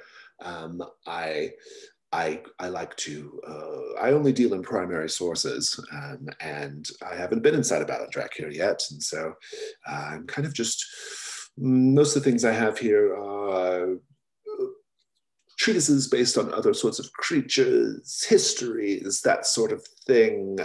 He's importantly keeping one book in particular away from you. And says, but as best you're able to, with whatever capacity you possess to understand these things, by all means, have a look. I do think we need to get going, though. Not in a hurry. And so having not been in a Ballandracker before, where do you come by the knowledge of rubbing glowing nettle jellies on your feet? Well, it's an interesting story. And he kind of goes off about like the reef makers and all these other different things, and like how they use that they use this jelly to like travel, through like coves and caverns, things like that. And he kind of goes on at some length. And he said, and of course, I spent 2 summers with the reef makers, actually, and I really embedded myself in their culture. And well, I was able to learn quite a lot. I think they even consider me something of an honorary reef maker. He kind of goes on at some length. I'm picturing stinging nettle jellyfish goo on my boots and trotting on the tongue of a Ballandrack here, numbing its tongue with each little footstep. And it just doesn't seem like it might not be the best method of anesthetizing the beast. I do want to talk a little bit about the props here in the mouth, things you can investigate.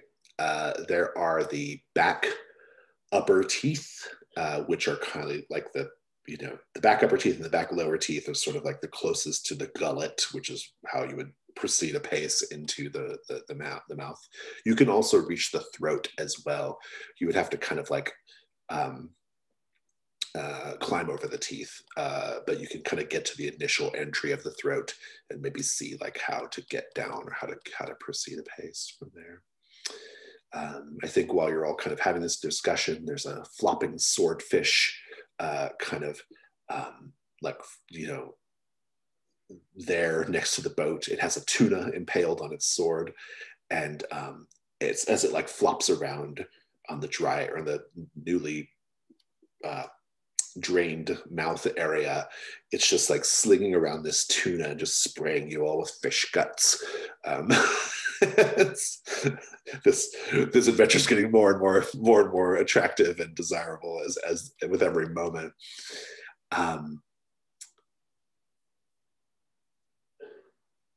Yeah. So, Ethelinda, what are you doing? I think while they're having their discussion, I've jellied myself, and now are ranging about with my bow staff, making sure that like where we're walking is safe, and just sort of generally getting a lay of the land. Yeah, take a hunt roll using your bow staff as the second dice.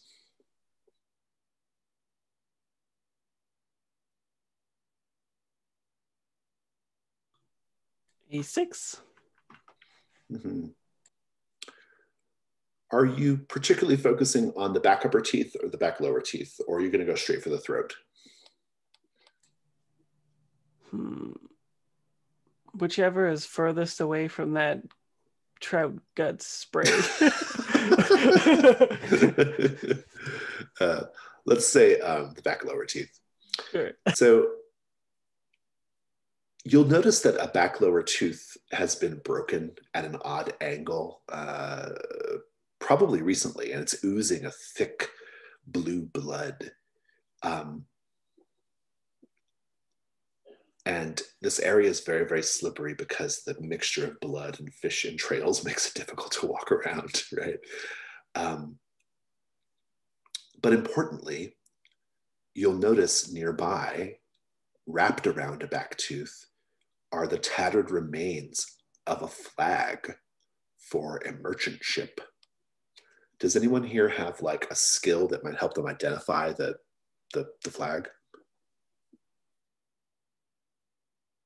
I have translation. Yeah, like some kind of nautical skill or historical, maybe not even a historical skill, like a nautical type skill would be great. Artifacts and myths are what I have. Yeah, that's too far back. In any case, it's a flag for a ship, suggesting that maybe another ship came before you. And you get a token. So go ahead, mark your token. Korkuluk, are you actually spending some time reading through his text right now, or is this something you're doing as we journey? I'm curious. There's two things. Curious about the texts in case there is something useful in them, and then also curious to bring along an extra jellyfish or two. And I was looking at backpack items, like could I fit a couple into a fishing net or of course, yeah, roll tube fishing net? Yeah. If you want to have one like as a light source, you can move around. Yeah, move around, a backup in case this stuff goes dim in ring 5 or something, or set 5. Yeah, absolutely. Yeah, it's good. You could be doing that. Asta, what are you doing? I think he's rubbing the jellyfish on his boots, all the while grumbling about like, well, at least Noral's handsome and nice. And but then once he's done,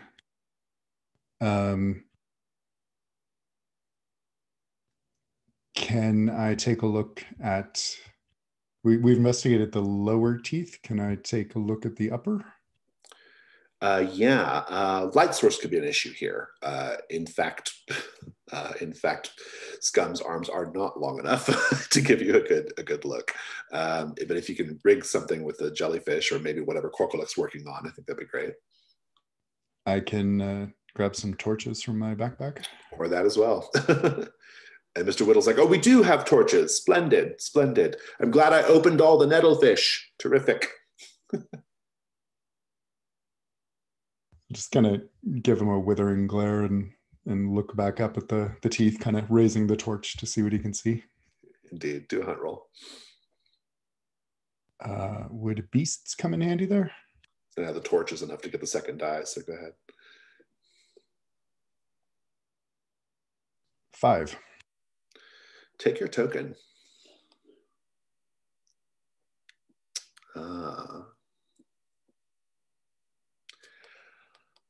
Around a back upper tooth hangs a length of steel chain. A python has been driven into the molar very securely.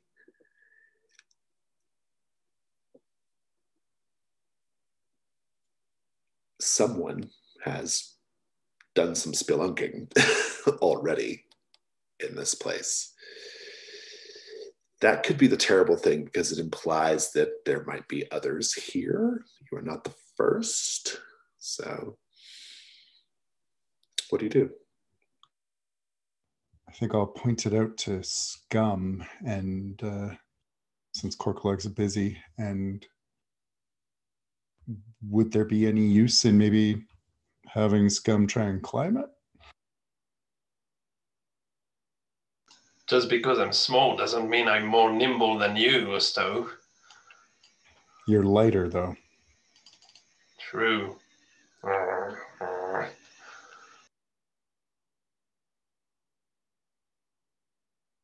If it would be something they do, I think Asta would be willing to hoist Scum up, maybe do a... Yeah, I mean, I'm good for it. Sure, why not? At least with the fire hand, we could see. Yeah, absolutely. Yeah. Take a hunt roll, Scum. You could do it with 2 dice.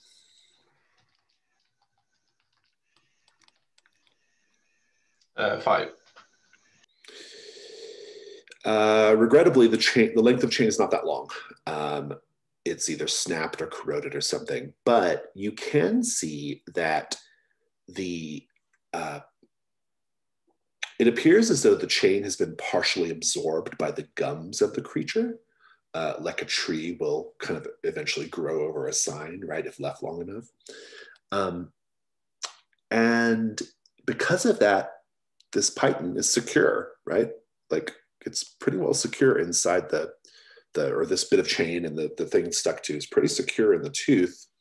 If you had some other length of rope or something, you might be able to use it. I don't have rope, but perhaps my mechanical wings could help me gain a few more feet to the chain. In order to do what? To just try and yank on it, see if maybe it's secure. Yeah.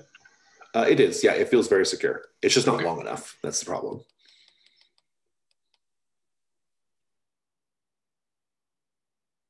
Long enough for what, I guess? Are we trying to like climb down into the esophagus? Because I do have a lot of rope. The creature's 300 feet long, so it can't be longer than that, right? So, 120. That's probably enough. Good That's length of the probably way. enough. Yeah.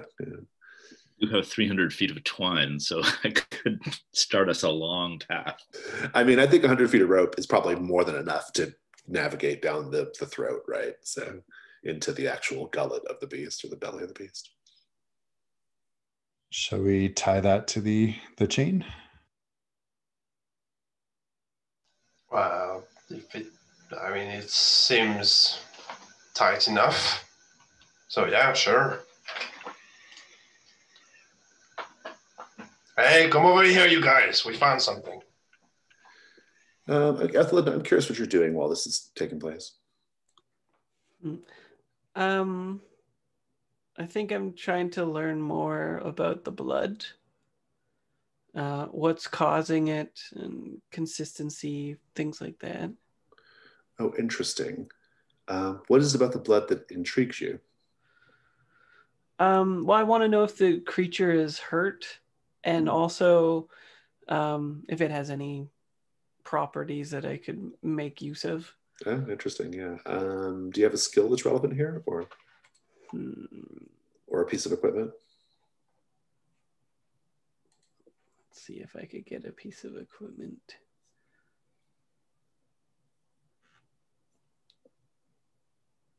No, doesn't. I don't think I have anything like that, unless my sewing kit helps me. You can certainly just roll one die if you wish. So, Sure. And it would be hunt. hunt one. 6. Nice. Take your token. You get your token, but I don't think you actually learn anything. Okay. It's just it's just the gums are bleeding this blue blood, and it doesn't.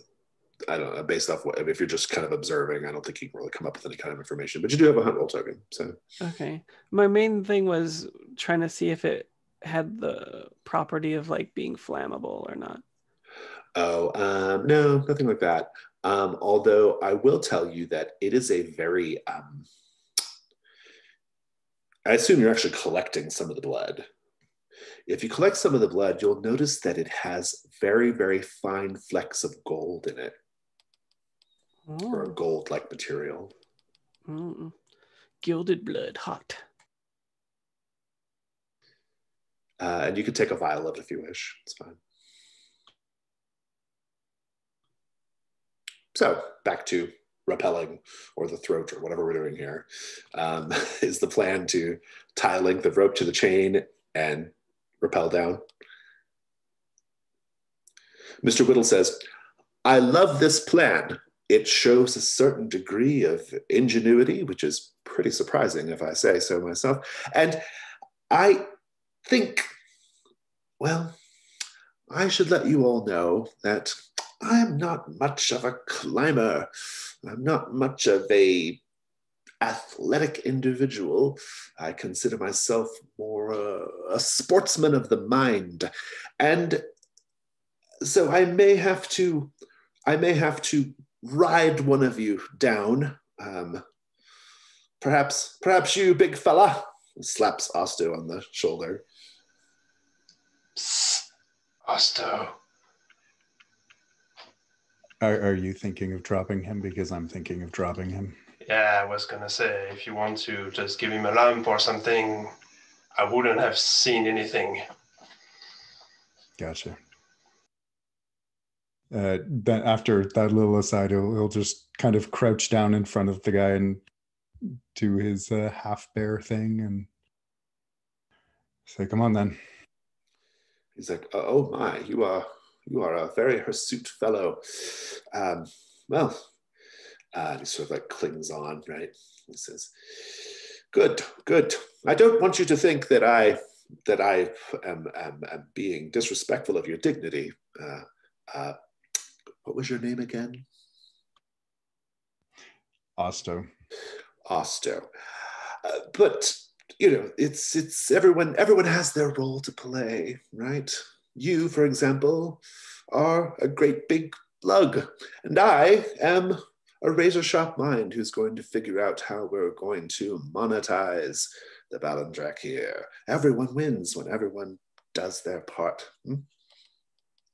I'm very much looking forward to that. Good, that's the spirit. And so are you rappelling down? Good. Assuming it's probably a pretty slow journey, because everyone has to kind of like, take turns kind of going down and like, and controlling the rope and all this other stuff, keeping an eye, making sure it's not actually going to snap down. It won't. But as you're sort of rappelling down, you'll learn that heat radiates from beyond the creature's epiglottis, where the caverns of its gullet and belly wait, right? The playeral depths are challenging to enter due to air gusting in and out of them, but you are able to gradually make your way down. All around you as you're going down, it's partly flesh and, interestingly, partly rock. Another indication that this creature has an ecology of its own, which is part mineral, right? Going back to the blood and the rumors that you can mine things out of the Balindrak here, right? And you are going down. And unless there's anything else you want to do in the beast's mouth or throat, the set goal is satisfied. I'm wondering, did Editha come with us on this thing? No. No?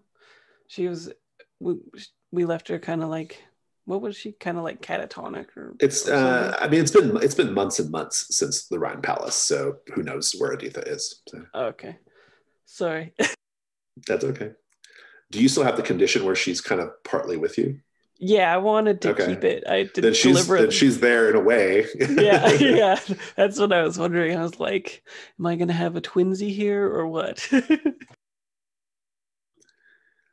If there's nothing else, I think we'll just end the session with you all sort of gradually climbing down this increasingly warm, heaving throat area down into the Balindark. And we'll go to Stars and Wishes. Stars are things you enjoyed about the session. Wishes are things that you hope to see for next time. Whoever wants to go first, please do.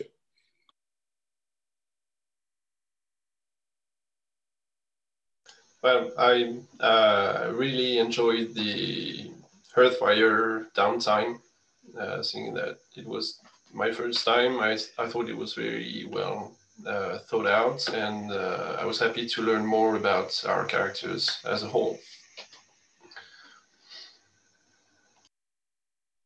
Absolutely. I'll do stars.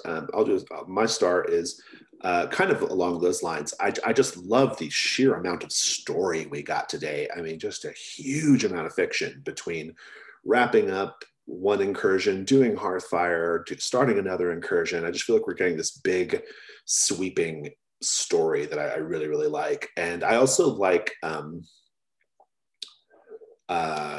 loved just that moment at the end of the Rime Palace where everyone's just kind of floating through space and various, in my mind, this just looks so cool. All this stuff floating around into the Gossamer Void as the palace shattered apart. I loved that. And I think my favorite moment though was just the way that was the ending of the Rime Palace, where that sort of construct, which was a callback to several things that had happened already in the incursion, sort of being your escape, kind of fusing Ardkin with the rock and the plant. That was really great. We even got, interestingly, a cool little echo of this idea in the Balindrak here, right? Because it's a combination of the organic with the mineral and bone. So it's kind of there's a neat little symmetry there. So I really quite enjoyed all that as well. So I'm just loving all that. Those are my stars. I really liked seeing Ethelinda's backstory blossom. I just got a much better vision that this woman who was singing on a rock is floating in a void is now just got a really fascinating backstory that I want to learn more about. I have another star too. Mr. Whittle's really fun to play. I'm enjoying Mr. Whittle. I was going to say star for Mr. Whittle, even though he came in quite late. It's fun to have that kind of dynamic in the group, and also how Ethelinda handled the siren. That was a good plan and fun to see how that played out. Wishes. Looking forward to seeing what becomes of Mr. Whittle. I have a feeling he's fated to have a bad outcome. But Um, he clearly is hiding something from you all, and he knows more than he's letting on. And he's obviously very dismissive of everybody, except maybe Ethelinda. It's a little unclear, but yeah, we'll see. That's my wish too. Actually, my wish is I know it's happening. I know it's coming in this incursion, so I'm just really excited for you all to see it. This incursion is particularly horror focused. It is a horror incursion, and so you get, the overall vibe is like this, like this alien, meaning the movie Alien, like kind of terror scenario, right? Like it's really, I think it'll be fun to play out. So I'm just excited to see that happen. Any other stars or wishes? Yeah, I felt similarly. There so much stuff happened between the Hearthfire stuff. I also really liked when people were adding the little mementos everywhere. It sort of fleshes out everybody's character a lot, and yeah, I thought about that a lot, and yeah, just getting to deal with the siren was like so satisfying. I was just like, okay, let's see, because my history with rolling is that who knows how this will go. But yeah, it was neat that I kept rolling sixes. Stars to the Discord. But yeah, in general, how all of the story stuff that happened, I'm a huge fan of, and I'm excited about this. It's giving me a Mariner's Revenge song from the Decemberists vibes. So yeah, I'm hype about that. Nice. Any other wishes or stars? I have a wish, and mine would be to. I would love to see the siren come back with a vengeance. You're in the ocean, so that's exactly what I thought. The moment you introduced us to this new incursion, I thought that's a perfect way to bring back the siren. Or like some other siren, like maybe not. Maybe if it's not even that one, it could be another one, right? But because in my version of the fiction, that siren's literally trapped in the Gossamer Void. Like Ethelinda brought him through, right? And so, but we'll see. So, yeah. And I also really liked the opening text for this incursion. Yeah, this incursion's by Madeline Ember, and she did a great job. Yeah, it's a very like it kind of gets you in the mood. It's a lot, but it's good. I did 2 weeks of training aboard a square rig sailing vessel, Lady Washington. That's actually the deck in that print back there. So I'm going to kind of be geeking out on all the nautical stuff, I'm sure. Yeah, I used to be in the Navy, so I always had like an affection for Navy nautical stuff, and I particularly like anything to do with whaling. Like I love stories about whaling, fiction and nonfiction. So, I'm excited about this. Anything else? We all good to go? Okay, well, I'm going to stop the recording.